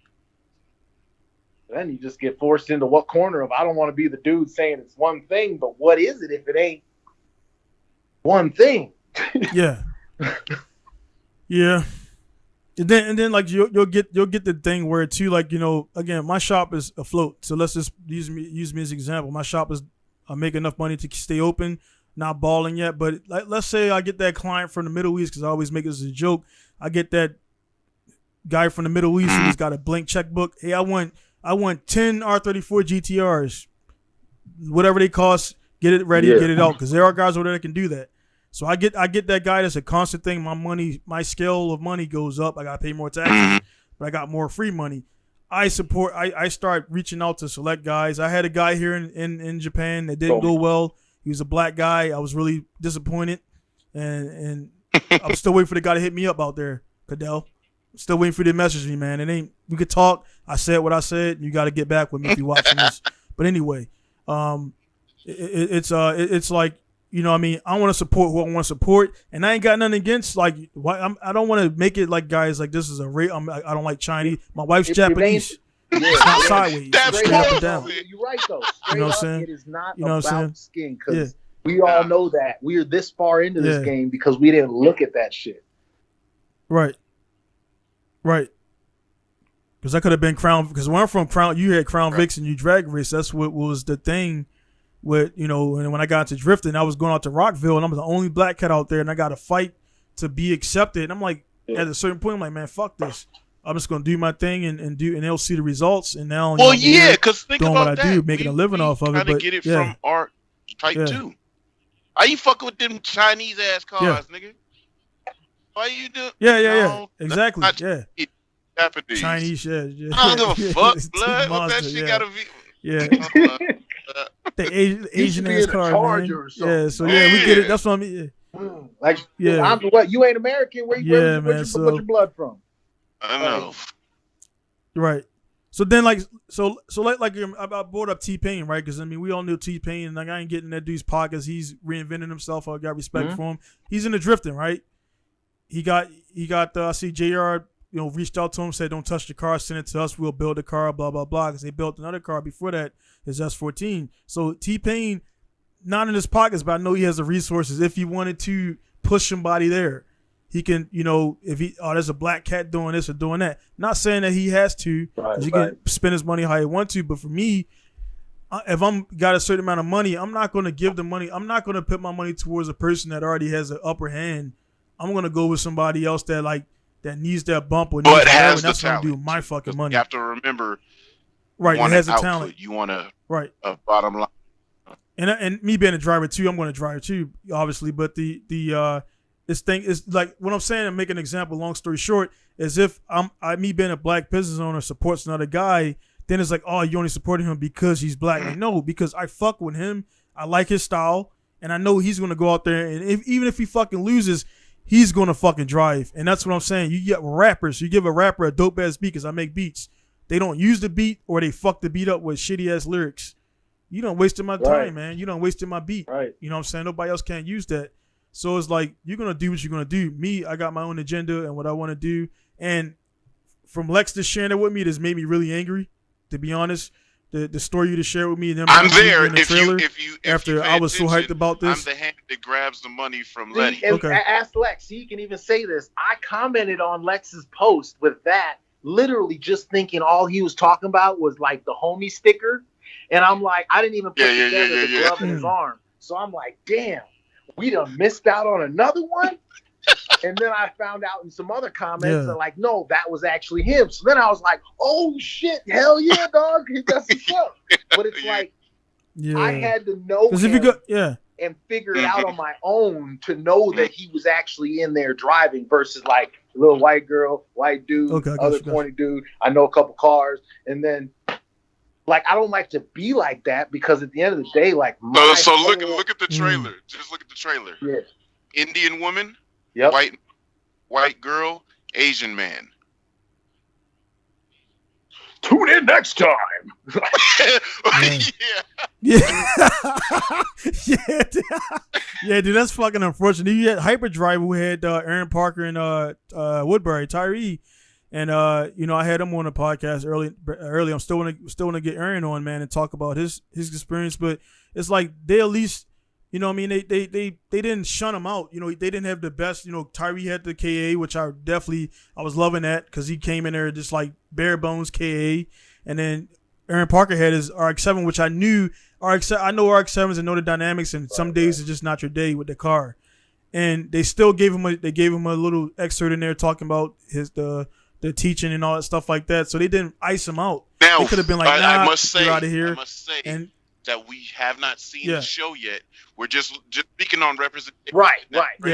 Because they could do a but still, but fantastic what we're piece saying of though, editing, because I gave them a lot. We gave a right. But I'm just saying, I'm just saying because I know what Mike saw. We saw a white girl, white guy, Indian woman of color, and an Asian man. Well, the even more interesting point now, hearing that Lex says it, is that he just said there was more than just him. So that means, like, of all the opportunities they have with people to even, like, put it in a clip, like the initial clip that they're promoting the show was like, bro, that's viewers, right? That's people that's gonna watch it just because Obama joins the thing. They're gonna vote just because he's. And I'm not saying people this is the right thing to do, but that's the facts. People voted for Obama because they didn't know shit about his policies, black. Shit about shit. He had a black wife. You want to know what? And they try to bring out the thing. It's like, bro, that's viewers, dude. Bad feeling that maybe I have an interesting concept of why that might be their angle, which I hope it isn't. But part of me feels like going back to this mother fucking street takeover shit. Yeah. Is I feel like with rap music, with just the overall essence, I think we get tied to the streets. And then if anybody sees black dudes on car shows, they're gonna be those kids that are gonna go out and do dumb shit in the streets. But that's the only you see, that's where my tie is. That's it. Yeah, that's an angle. And I don't like it, but that's the way I see the hierarchy of things looking at promotions. You know what I mean? They're like, well, maybe if we put these brothers in, you got Lex, and then look at us, we get we just out here born with a chain. I'm out there with a beanie and my chain on, and I was wearing a black hoodie too. So, it's just that essence of like, is that their angle? Is the angle to try to thinking that it's going to adhere to that type of a market. Yeah. So my bad. I don't want to damn the show just yet, but I definitely I want to definitely look at it. It don't matter what it is. My boy's in it. I'm supporting it. Even if it, I watched Hyperdrive. I didn't know who was in it, and Hyperdrive. I enjoyed it. You know what I mean? Some people that was on there that were on my buddy list, I hit up, and they just became fucking Hollywood stars. And they wrote that 15 minutes of fame, and I was like, there was a cool. man later, dude. You're gonna hit me up with some parts. Facebook, and remember I told you I watched that diligently. I see ya. I know who you is when you delete. That's fine. Yeah. But when the trailer dropped and people heard I was in it, why this motherfucker send me a friends request? Nah, ho, stay in the nether room. Stay away. Man, you better put your finger close to that. Stay away, man. You can't. Hey, man, look. You can't. I don't know why you can't get off, man. But it's like, hey, man, it's like make that happen. But for whatever the reason is, stay over there. So, just because we're on this topic, man, I want to just flip it so everyone knows it ain't about that. Yeah. Know that, like, the essence of the reason I'm still around ain't because of any of my brothers. You know what I mean? And that's the fucked up part. I'm still here because I don't like to use color, but because of all my other types of friends. Yep. Like all my other, all the other brothers. Keep it real, man. All the other brothers, straight up. Keep it real, man. I've had the nicest. They talk a lot like assistants that has always kept me around. Yep. From everybody. Yep. And when there's certain times I've asked people, skin folk, nah, nigga, is you crazy? You get that? You know what I mean? Well, the flip to that is there's just not that many brothers in positions that can help anybody in this specific avenue. Yeah, and I was gonna say, because it's always something financial. Yo, let me hold 4 real quick. They be like, 4 G's. Okay. Yeah, no, I'm gonna give it right back.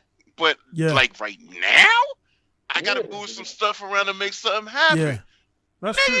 So I say, like, that's why I say race ain't got shit to do with it. If it's there, it's being used by certain people within the back end of the industry, and it's hard to find out who and what and when. But you can, for the overall consensus, like, drifting is one of the most all-inclusive sports. I think the whole essence should be I love drifting for world peace. Because at the end of the day, you could get an Arab, a motherfucking Muslim, you can get a Christian, a Jew, you can get anybody on the same day, on the same track day, and ain't nobody care about anything. But you got any tires? Can you help me? You got a power steering pump, like, bro.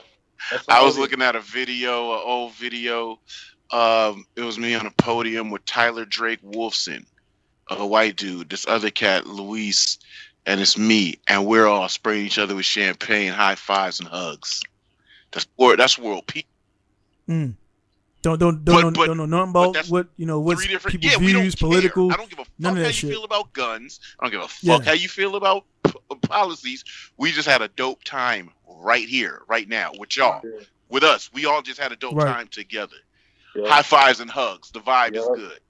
Yep. That type of shit, like those are the visuals. That's like, that's sick, yo. That's why I'm still here. Yeah, and I love videographers and photographers that capture that. That didn't just, they're spraying champagne, let's get the bitches standing over here getting sprayed by it. No. Look at us having fun, high-fiving each other and hugging it up because we just did some gladiator shit that we're happy about. We're pleased with ourselves at this moment. And it really doesn't matter who's placed who, and who. We're just the cream of the crop today. Yep. And it's all love. I love that kind of shit, man. And you like you say, it's world changing when you see those visual elements. Like my son, he's 14. He could probably give a fuck about race, but he's gonna grow up and he's in the mix with this car stuff, with the bike stuff, with everything. So he's gonna be around anybody and everybody that's into the same thing. Right. It doesn't matter about that. But what if he gets good and because old regime still maybe runs stuff and makes the moves, he might not get an opportunity. Gotta change regime, but it's been a long time. It's been a long time, and the regime ain't changed, but yeah, man. When you look at it, man, it's like again, guys who made it this long in the podcast, we are not. We got buddies from all over, all of us. So we ain't we just calling it real. Again, we just happen to be people who have the blackness in us. And we could speak on things differently than a guy who's not of that, and experience those things. So it's like, what I mean. And we're not speaking from malice, so it's a good thing for guys like us. Yeah, definitely not. We're not speaking from malice because we have folks, friends, cast that we do call brothers of other nationalities. Yeah, everyone can test for what we're saying and why we're saying it because they know we ain't walking around like, ain't nobody has dip on our shoulder because I'm black. Like, nah. Nah. Actually, I have to note on that because there was a cat that made a post, something about like the industry, about how he couldn't get parts for his car, and I saw that people were blackballing him, and it's a problem in the industry because he's black, and like it took everything in me to be like, not post or not say nothing. Nah, dog, it's probably your attitude. Because I can already tell right now, I wouldn't even want to fuck with you. Because when something goes wrong, you all fucking. What did he say? I probably got It's not the money. It's nothing. Yeah. I'm like, it ain't the industry, bro.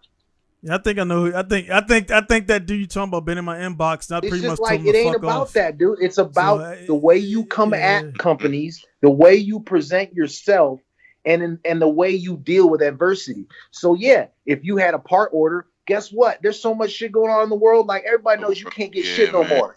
Yeah. And if you had an order, it's 8 weeks out. Yeah. Like, and if you don't know people, like I still deal with this. Yeah. If I'm looking for something and I can't find it, I might have to utilize the people in the industry, call some dude on the back end, and then he's like, "Oh yeah, I got something." Yep. But that's just what it is. It ain't about color. It ain't about being blackballed or nothing. It's just how you present yourself. Yeah, and that comes right. That's what people don't realize too. And that's why again when too. Yeah, you go ahead. He's frustrated with things that are going on and maybe not understanding why that's happening. And nobody's explaining it to him. Well, but you can't explain that to someone once they've already put themselves into the part. Right. Well, see, I deal with with a nonsensical motherfucker like Mike, where if something go bad, it's all bad, dude. What the fuck is? And then it gets taken care of on the back end, and then it's all good. Like, I've even had things happen with my cars with people because I like to build my cars with my friends, right? Yeah. Something might happen. Text them. Yo, my nigga, look at this. All right, I got you. We're going to make, all right, cool. We make it work. None goes to wiser, right? Oh, man, we just can't get this. But we can do this, loop around with this. But that's a communication line. But because we're friends, we have that communication line. If he's dealing with people in the industry in a way and they're probably dealing with 8 million emails about because my shit ain't here. Yep. Yeah. And everybody got that bread. And that's the thing about an industry. I remember this cat was acting mad weird. And then he gonna come and hit me up and say, "Hey, yo, can you text JTP and let him know I want to buy his arrow?" I text JTP and said, "If this nigga asks you for arrow, say fuck off." Yep. Yep. No. Straight up. You burn one bridge in this shit. People don't realize how quick. Before I respond that to can happen you, quick, I told dude. JTP to watch your name. If you come in, go away. Because you don't know how that might work on, you know what I'm saying? That's something I'm starting to hear from actually a lot of my friends that operate businesses, like, just like you, like Donnie. We talk to each other, dude. Everybody talks. Like Matic Quick Style. Like, I have now, there's certain drivers that I don't respect. And then I actually, when someone calls me, like, I've had companies hit me up like, "Mike, should I help this guy? Should I sponsor this guy?" And I'm like, you know what? Business is business. And he's like, "Well, I don't like the image." And I'm like, "Well, you don't like the image. I can feel you on that." And that's what it is. And it's like, there's some kids doing shit, trying to back end other businesses because they think that all it takes is money to create a business. And you said something very specific too, though. It's the image, because I'm not, and like, again, we speak on things not from malice. I'm not texting JTP to tell him don't sell it to him because he's just whatever. No, this is I know personally this wouldn't be the type of person that Justin would hang out with. I know personally the moves that he's made on social media and the things that he does and what he's going to do with his car is not going to be something that Justin's going to want him tagging his shit in on social media. Yep. Yeah. So you're saving your man. You're saving him, his image, the brain power. Right. Now, people don't realize, man. Like, guys that are watching and listening, man. We talk to each other, bro. The industry is small, and when you're inside of it, and like you want to be you want to be bigger than, you're gonna get you blackballing yourself by being like that, man. Because like if you got 5 guys who say like, yeah, he's probably a dick, you probably are.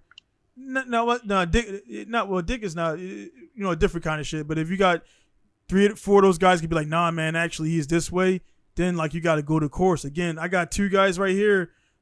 Lex already meant to talk about LZ. Said LZ. Yeah, and we haven't talked about LZ. The same thing. Yeah. Chill cat.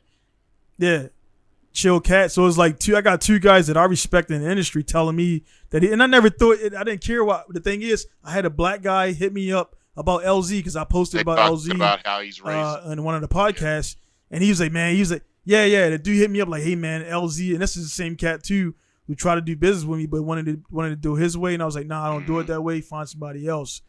And so I'm pretty sure to him, I'm a coon and this, I'm that, because I didn't help the brother out. But he came to me like, man, LZ is racist, man. Yeah, LZ is racist. I'm like, dude, I talked to my boy Lex, and Lex, I respect his opinion pretty solid.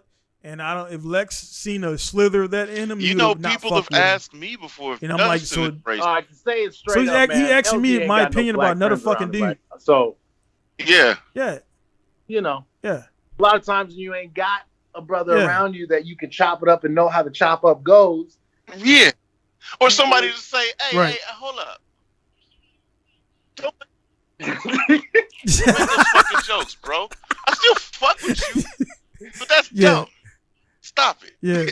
You know how it goes. It's just if nobody's around you, if everybody like that's funny, and then you get the recourse and the backlash. Like when the Jimmy Oaks thing happened, right? I saw the Jimmy Oaks shit happen. I said, ooh. Yeah. Mike talks to him. Yeah. Mike gets fly with him. Mike, you better check your boy. They're talking about when he's dropping N-bombs. Jimmy Oaks cat said, YouTuber. I said, Mike, YouTuber? You better talk to that nigga and tell it. He thought he had the pass to drop the N-bomb when he was a kid in the wildest ways, like kids do when they're being edgy. Now he was, but he was a kid at that point in time.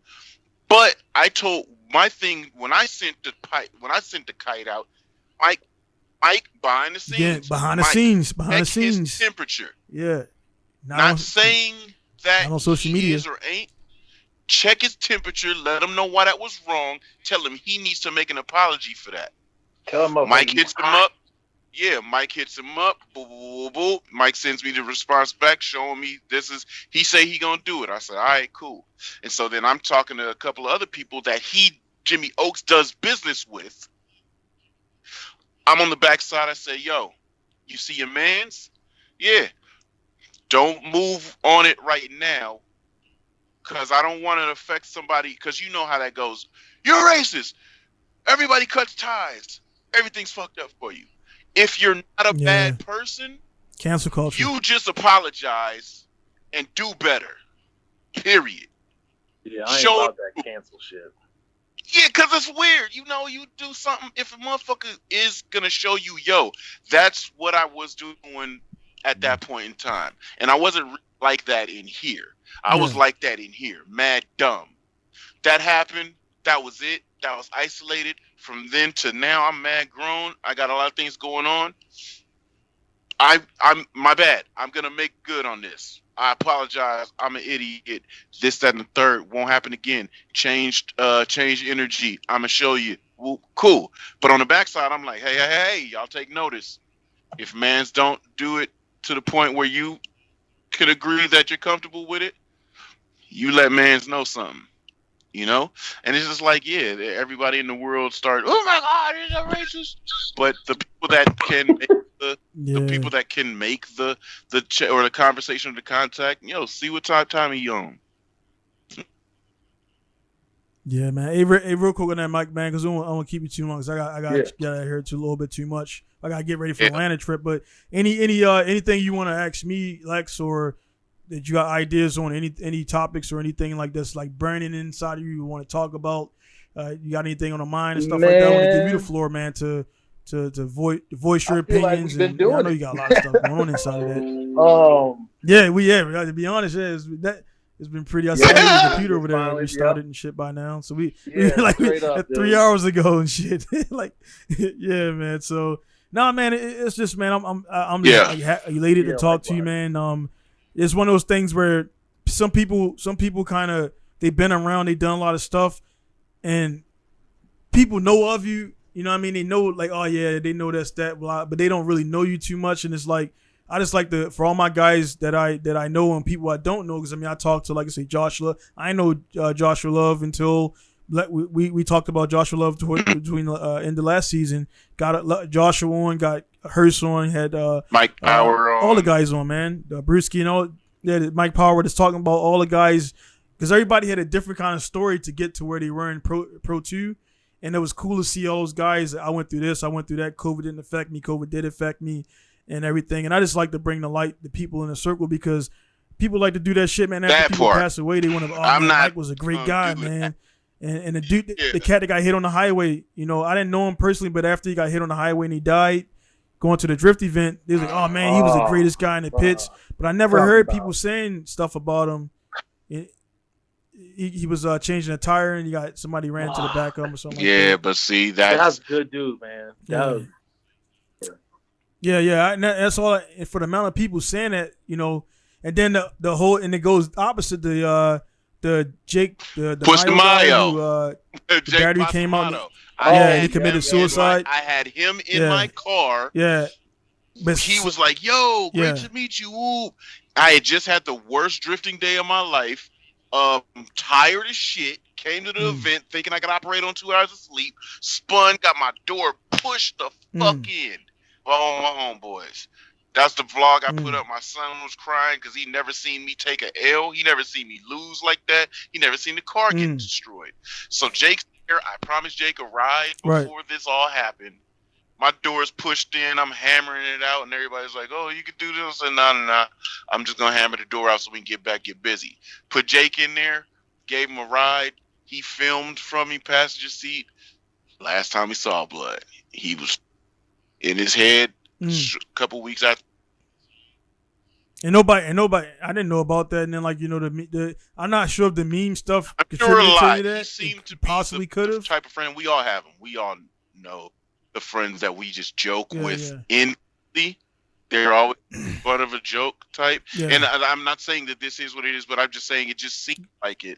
But then when you get Right. that from friends and internet, Yeah, right? because you look at Mata. We talked about Mata. Mata. You know, the whole Mike been around. Oh, so you gonna Mike hit seen the it. Austin? Yeah, so last time we seen Mata. Yeah, so last time you see Austin was the first, and then like now he's FD, he's doing I'ma his tell thing you, and stuff boy, like. Yeah, he man. did that back. Yeah. Well, Yeah. man, Yeah, was yeah. like almost 10 years 2011, ago. I think. But hey, man, that I was like chop it up some. with Austin now. Yeah. He's from Minnesota, you know. Yeah, He yeah. knows, We got he get knows, Austin I love on here, him, man. but he also Goddamn. knows because I didn't approached him like, what the Yeah. fuck was you doing, man? Yeah, Like, yeah. oh, bro, OG, like, man. The fact that he went from that to like where he's at now, like, But Yeah. growth. You get Crazy. to know full growth. full And that's spectrum what growth. I'm all about, yo. Yep. I just Yep. let people get they could be total dickheads that you don't vibe with. I don't fucking vibe with you, but that's it. It's just that I don't vibe with you. I don't hate you. Mm. I don't want to see you do anything. That's why I hate when troll niggas be saying all of this crazy shit online. Most I was doing was talking about who did what. It doesn't matter. Like, cause play off his last name. But that's just all jokes. Again, when we reach out to him and we talk to him, good fucking job, dude. I'm glad progressed, and I like no the doubt, point no doubt. where you say, yeah, and let me just drive, because that's what we want to see. That's Yeah. all. When you're coming in talking about you're the this, that, and the third, but you can't put it together, that is annoying to us that have put in that work. So do better. Be That's better. all. Like, straight up, I just want people to go to the track. Yeah. Like, their mentality when they go to the track should straight up be to, if they don't think they're good, find out. Start, like, how do you get better? Yeah. Spin out more. Like, Yeah. Hell yeah. Push your limit. People Find be your so limit. scared. You gotta People be push so it. You gotta scared push to it. spin out and get gotta caught push on it, dude. camera. That keeps him. I got a homeboy on Yeah. my mama. I got a homeboy that I get so sick and tired of inviting him to events, and I just be like, "Fuck it, then. Stay weak, idiot." Because it's like, why do you care if you spin out in front of somebody on camera? Why does that hurt your soul? You'll be Probably way 'cause you got better. live fam. What is The my- real truth is, if you done built a wide fab car or any new angle kit car and you spin out, like, shit. Even when I spin out now, I'm like, damn, I done Yeah. way too hard on that one. Yeah. But it's You like, trying to put the try fucking it. backlights in Get Apex. better. Let's go. Come Push your on. friends. Push your Yeah. friends. Your friends need to push you. Everyone Yeah. to me needs to push more Good. so that, like, the And tracks ain't allowing us to push anymore. So people got to start Yeah. pushing to make it, something different. Because yeah, and a motherfucker that clowns you out of from the good space, it's not bullying you, dog. I talk shit to my homeboys all the time with these FDs and Supras that go park in the canyons and take pictures. Bitch, when did that shit get on the grip level that exceeded the adhesion? You know what I'm saying? Like, where are you using this car for? Oh, you just want to take a picture of it in places where it's supposed to be at? What kind of fuck shit is that? Like, when are you going to use that vehicle, dog? it's called And it's- motivation. I'm not a hater. Man, I'm a motivator. I'm just aggressively motivating you. For real. But Yeah. I know I've got a request from you when we driving. Oh shit! See, how come all the requests? The request is always, Mike, when can you spend more money?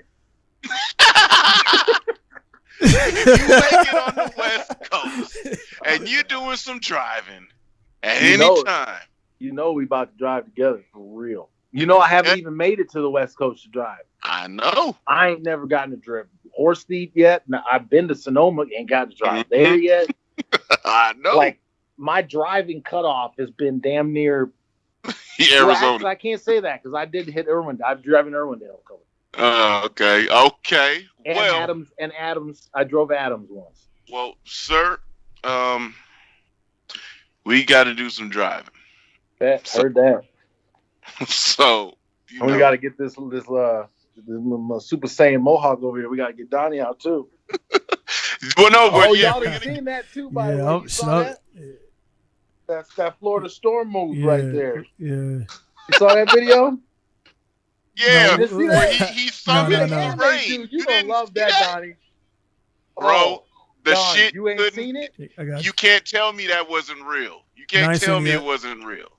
He fucking stepped out in the middle of a monsoon and just and then it blew everything away. So I'll give you the quick story. You can put this in your video, Donnie, when you find it. But the background to it is the qualifying Saturday got rained out. Yeah. So we were all in the pits and it was raining for like 2-3 hours already while they're delaying, waiting for the rain to stop. So I'm out in the rain dancing because I had a full on. There's a video. There's a video of this. So I'm dancing in the rain. No shoes. No fucking shoes. Yeah, on. barefoot. Oh, where's it? Where can I get a video? I'm doing the Naruto run. I start doing the Naruto run back and forth. And now I'm just vibing out because, I drove 24 hours to drive a race car and now I got to sit around in the rain. So I start doing that shit where, like, I always wanted to do that, like, hurricane walk. You see on the news when, like, dudes are the they're fighting the wind. Yeah. You know what I'm saying? So I just literally, like, I started taking those steps. And, like, the first 3 steps, I was actually over-extenuating my movement to act like I was walking through rain heavy because I just wanted it to look like that if someone was videoing. I didn't know if someone was videoing or not. I'm just doing this shit for myself. Yeah. So every step I take, like, the wind just slowed, like, it that whole intensity picked up in, like, a 20-second window.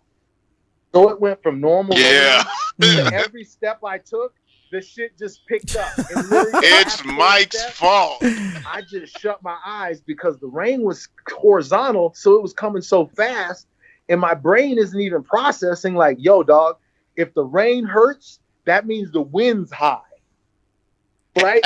So I'm just like in the moment, eyes closed, and for whatever reason, like the way because like you could just kind of feel the energy of the storm with that wind power.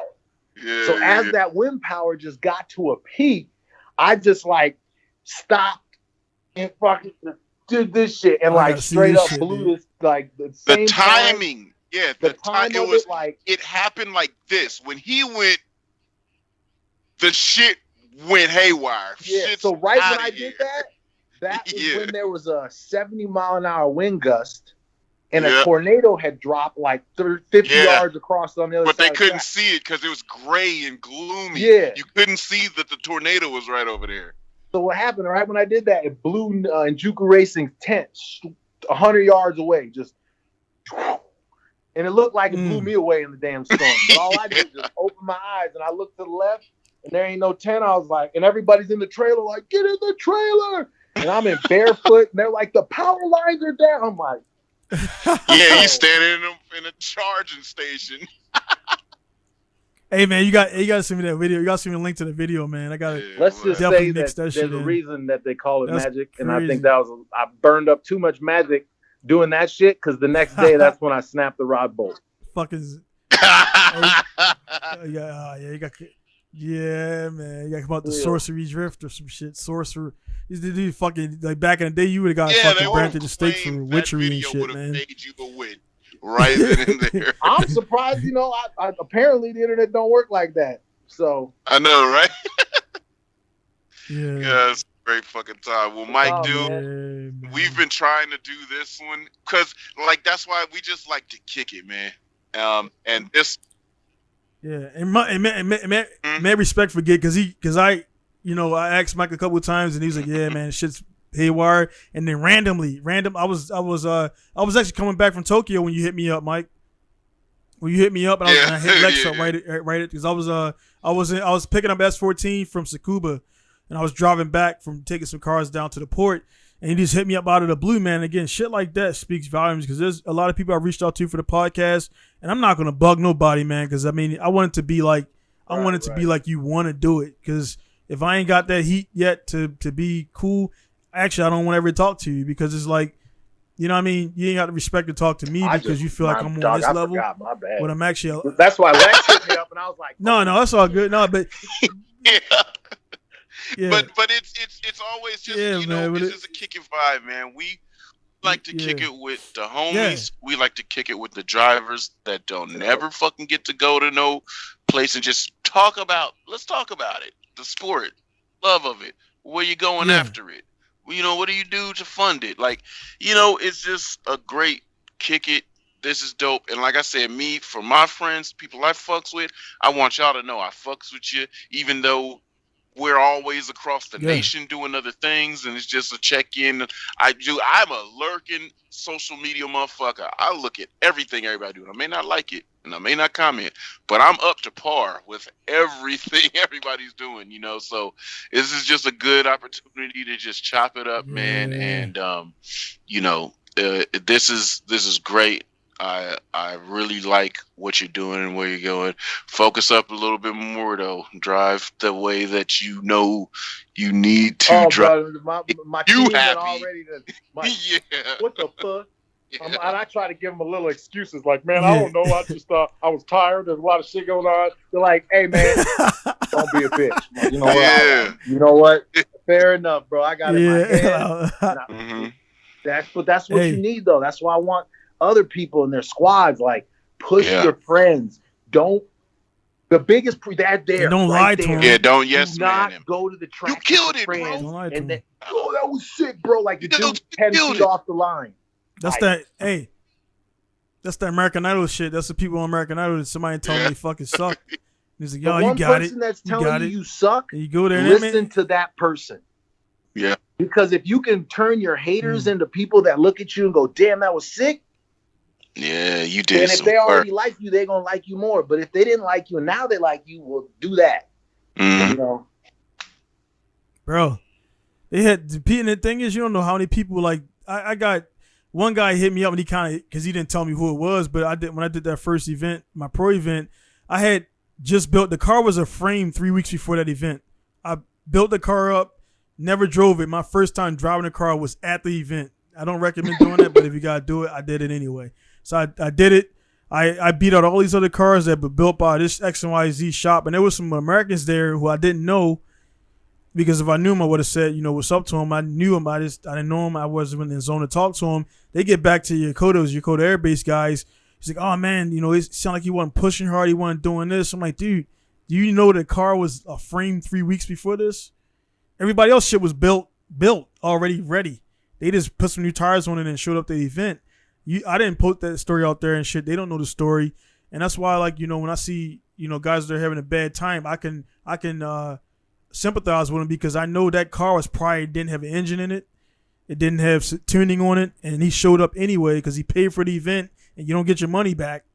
You know what I'm saying? So you either go or you lose out. I missed 2 D1 events because the car just straight up broke. I had a blown engine, I had a seized bearing, and there was no time to get it done. And I checked around and I missed, so $200 was gone. You know what I'm saying? It happens, man. But you know, people out there, man, like I said, they're gonna recognize you and see you for what you can do and stuff like that. We already know what you're capable of, so you ain't gotta prove anything to us. You know what I'm saying? So everybody out there will be on board. Man. You know what I'm saying? I It's just gotta still get young. my shot. It's Go like ahead. because you want Oh, you yeah, want the I'm 40. 35. You want the 40, right? Yeah, I've been Yeah. just 35. creeping up Yeah, on hell yeah, man. 20 I years, feel- bro. See, man, I don't know why, man. It's like you're like you're 35 and shit. 'Cause I I've feel been- like I you're did older it than that, since- man. Yeah, we've been so watching long. this dude. Yeah, we've been watching this dude for so long. Yeah. Yeah. He was a young man getting it in. Yep. Hair just tells you how old I am now. Yeah, man. Shit. Like a tree. But nah, trunk. Yeah. I just gotta, you know, give my props to the people that have kept me in it. You know, my buddy Matt, Dave. They know who they are. I ain't trying to put them. They just like me. We like to be all low key and keep our shit. So they know who they are. And Right. if you guys like what I do, just like, you know, you like seeing what Donnie does, you know, support him. And if you like my shit, we just got our website going. So, you know, oppositionracing.com. Hey, Starting to upload it with more Okay. merch and shit. all right. So this, at the end of this, man, like just definitely like you get a chance to type out. Just send me the link to that video because I want to mix that in there. And the just all your social links.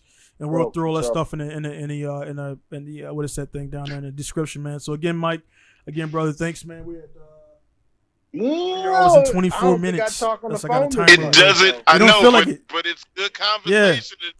Yeah. My mama gonna be mad. Unless that was like the first. Yeah. That's like, hey, I remember that shit growing up, dude. When you talk to that girl and shit, like, man, so what you doing? Right now. Be all Get off the phone, little nigga. Yeah, but he got a cell phone though. And shit. Tell me why the phone's leaning on my computer. Like pick up the phone. Right? Oh, man. Yeah. So it was like, man, I remember back in the day, you be talking to the chick, you just be breathing and shit for like 10 minutes. Fucking leg fall asleep and shit. Yeah. Mm-hmm. No, I appreciate it again. I'm sorry it took so long. Man, I've been good. Forgetting my ass. Dude. So definitely got to do more of it. Ain't no limit to this shit too, man. Oh yeah, for sure. Ain't no limit to it for sure, man. Again, Lex has been on over 30 times. My man's, so, yo. Ain't no limitation to it. I always make the time, man. So especially it's like, you know what I mean? I'm just glad we boys before we got the Hollywood deal and shit. So now I you can get me on, and act like I don't know nobody. Come on. Hey, look, let me lay it out for everybody that don't know. I'm mad regular. My brother died last year, and I got mental problems. And I try to mask it. And that's another thing, man. Like that I've already been doing. You know? Yeah. And that's why I like with this, like with Donnie, with the homies that I suggest to bring on and shit. I want to fuck with y'all because we've had a year apart. Even if we wanted to go to an event that we would have all been able to be at, we can't. We could.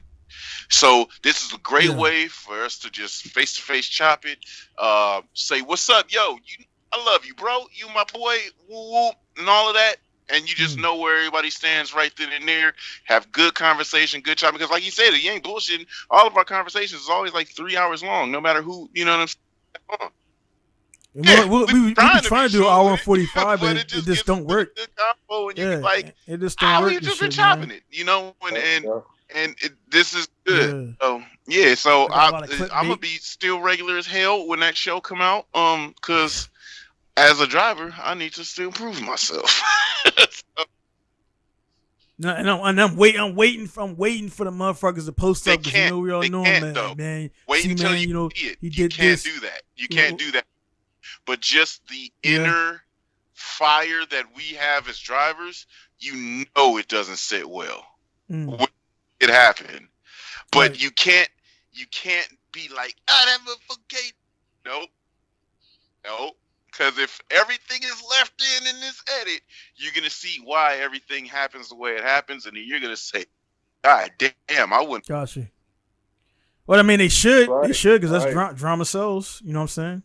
It sells. The fact that they ain't put your whole face in there and shit, though, is like, come on, dude. You don't miss the whole demographic because you want to appease some other shit. Look at Hollywood. Hollywood is even doing with the whole Coming to America 2 shit. I don't know if you guys saw or not. That shit, they should.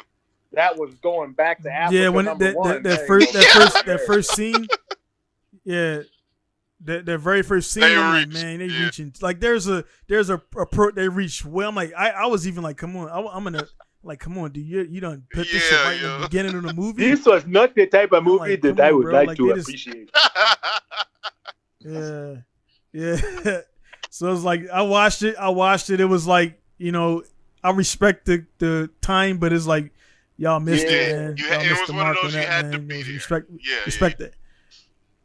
That's that shit where respect kids Eddie, ever go, you know what I'm saying? I want to watch Coming to America 2. So, no, don't do that. Just go watch the first one, and that's about it. Yeah. It didn't really, because they couldn't help but to put in the cultural appropriation shit, and that's what. And again, and then wrapping this up, man, guys, we're not saying appropriate. No, yeah, Lex should have been that, you know, on the face of the cover. We're just Lex face and other guys around his head. We're not saying that, but at the same time, we're saying respect it. For a quick millisecond, boom, boom, boom, boom, boom, boom, boom. That's where those faces were. I mean, you think they would have just done like a straight up lineup, and they would have just panned through everybody that was in it real quick. Real quick. Pause that shit. Or you put now that's coming back to America. You put it in real slow motion and shit. Just like, man. There was a shit ton of cameos in there, shit, man. But man. Anyway, man, Mike, again, thanks for your time, brother. Get what you got to get done. Lex again as always. The Lex was cool about Lex is what you don't notice because you're probably like, I mean, you're talking to us, but Lex has a window behind him right over the top of his sunroof that it's a timer, so I can see his light outside and then it's dark, and that's how I know it's 3 hours. Cause like every time we talk, it's always light out that window, and then also his shits gets his LED lights gets you can see him more. Hold on, I'm gonna change up the color for you. Hold up. Yes. For the next one, Donnie, I'm gonna have to man. Get you on the chain gang. Send you one of these chains. Oh yeah. Yeah, I do. Lex, we gotta get this man on the chain gang. I kind of peeped that out. I mean, hey, I gotta get like the little shit with the little Uzi on it and shit. On fucking goddamn Oh. God damn it! Hold up, I'm gonna hit you with this. I'm gonna hit you with this before they go, because there's one thing only the brother has in drifting right now, because there's only been one. What's that? Right there. Yeah, man's got the wild ring. Right there. Yeah. Tell him where you got it from. Tell him where you got it from. And tell him the value of it. This is a championship drift ring that I won in Canada at the Slide Canadian Open, 2012. Okay. So this thing's worth like $3,000, diamonds in it. This is some shit I've been telling drifting forever. I'm like, these motherfuckers need to start giving people rings. Yeah. We spend a lot of money, and this is the type of shit that, you know, you can wear this shit anywhere you go. Yeah, because that trophy in the background. Yeah, because imagine like James Dean. Come to the crib. Yeah. I see the carbon. It's carbon joint, right? If you flossing in the street with the ooh-wop. Ain't nobody gonna be carrying like James Dean gonna be carrying around shit like outside. Like, I got these trophies. The ring, because I mean, that's a conversation starter right there. Yeah, man. that is what's exactly that ring about? it. Yeah. I'm a drifter. You don't look like a. What's one look like then, bitch? Yeah, exactly. Straight up. Exactly. Yeah, it's just like I thought all drifters look like Frederick Osborne. No, not that Nah, not all of them, man. But no, he's a dope dude and everything. But hey, man, again, brother, thanks for chiming in, Mike Pollard. Yo, thanks again, Lex, for always stopping in, man. Always, it ain't really. I think one time when he has some shit going on, but it ain't really one time. I be like, hey, Lex, you can film. He's like, I'm good. He's always making time for the podcast. Well, I just figured it out. Clearly, I got technology now, so yeah. Yeah, you're good, man. We can sign you off, man. We're gonna send you a ring that says T on it for tech certified. I mean, and if shit, you ever get anybody so confrontational, got the S on you the always other call one. me up. You know what I'm saying? Like, I got technology now. Yeah, I know, they're right? fucked up, man. He's like, but all right, we're gonna sign out there. So again, guys, thanks for tuning in. Again, thanks for watching the podcast. If you watch this long and you ain't subscribed, you don't wasted 3 hours of your life, as I say always, because we always do it like 2-3 hours or whatever. So yeah, and we got Mike's gonna drop his links after we get done. He'll give me all the stuff a bit the video by the time you're watching this. Lex, as always, KOE family and whatever else he's doing, wild stuff, bikes, cars, dirt bikes. Got his son coming up. Look out for him. The getaway driver. The getaway. So we're gonna talk about that like a separate. We're gonna do it just so that y'all can go. But I just want you to get it in your head right now. Discovery Channel is going to show it. Discovery Plus is going to stream it a couple days early. If you don't have Discovery Plus, do not complain. And when's it supposed to drop? Don't need. Oh, so I gotta get Discovery Plus things. I'm watching it early, son. You can talk with me about what you saw. I am gonna do it, man. But yeah, Discovery Plus is showing it early. Yeah. Discovery Channel is going to have it on the normal time. But it's crazy. It's wild. It's some shit that sane people wouldn't do. It's the first time that this kind of shit has been done on TV, and it's primal. So I can say that. And congratulations you too, brother. So man, bro. Yeah, I was just happy to. We're gonna talk about it. We're gonna talk about it once it goes, so then we can explain it. Because I have videos edited, loaded, waiting. As soon as that fucking shit drops, I'm going live. Yeah. Oh yeah. I got you, man. But again, guys, thanks for tuning in. Again, guys, be sure to do what you gotta do. I think we almost out of this COVID shit. Again, for the guys this will come out, but when it's come out, I'll actually be on an airplane flying to Atlanta when it comes out. So yeah, man, just do what you gotta do, man. Again, like Mike mentioned, again, just kind of going back before I close out. He took 5 years. He's like got the boat and shit. No, I ain't getting on the boats, man. That's a long journey, man. We ain't got it. Yeah, we just being stupid like usual. It's like, yeah. Like Jack in the Box and shit. But the No, I was he's like, just nah, taking man. the elevator back to the block. Last time we took a boat. Yeah. All right, man. But again, guys out there, if you're gonna be in Atlanta, definitely stop by the thing. I'm gonna be with Alan, British Motor, other half breed out there, black and white mix and everything. So Alan's gonna be my support out there. We're gonna do that again. Okay. Yeah. So I'm gonna be. Unfortunately, I'm gonna be running in solo because, and I was like, man, don't stress. You cage. You have certain cage requirements to tandem. And to be honest, RB20, I'm good. I'm really good at what I do. But RB20 next to a 800 horsepower LS1 with a halfway good driver, it's not gonna be a spectacle. Get in front of him and put him to the test. Unless the guys just. Yeah. Then I was like, man, I mean, even with the solo, it's gonna be cool as shit because they're gonna come back to the pits like RB20. They're gonna be like, yo. That's it. I'm like, nah, just go fast as fuck and throw that bitch sideways. It will work, man. That's all you gotta do is go. Don't be a bitch. Go fast because you can have all that LS shit and be in second gear and shit. You know what I'm saying? Not because the track is demanding it, but because you're scared to go to third gear, fourth gear. Never lift. Yeah, sometimes. Only sometimes. Only when your mom calls you while you're drifting. Because if she ain't gonna call you, just don't lift and everything, man. So there's no reason to lift. Just keep it down. JTP, no reason to lift. Just keep it real, man. Hey, man, we keep going. Pretty much. Hey, guys, Donnie signed over from South Japan. I know, right? Yeah, Mike. Yeah, Mike and then Lex. All right, so see you guys. I was gonna be Donnie signed from South Japan later. Peace.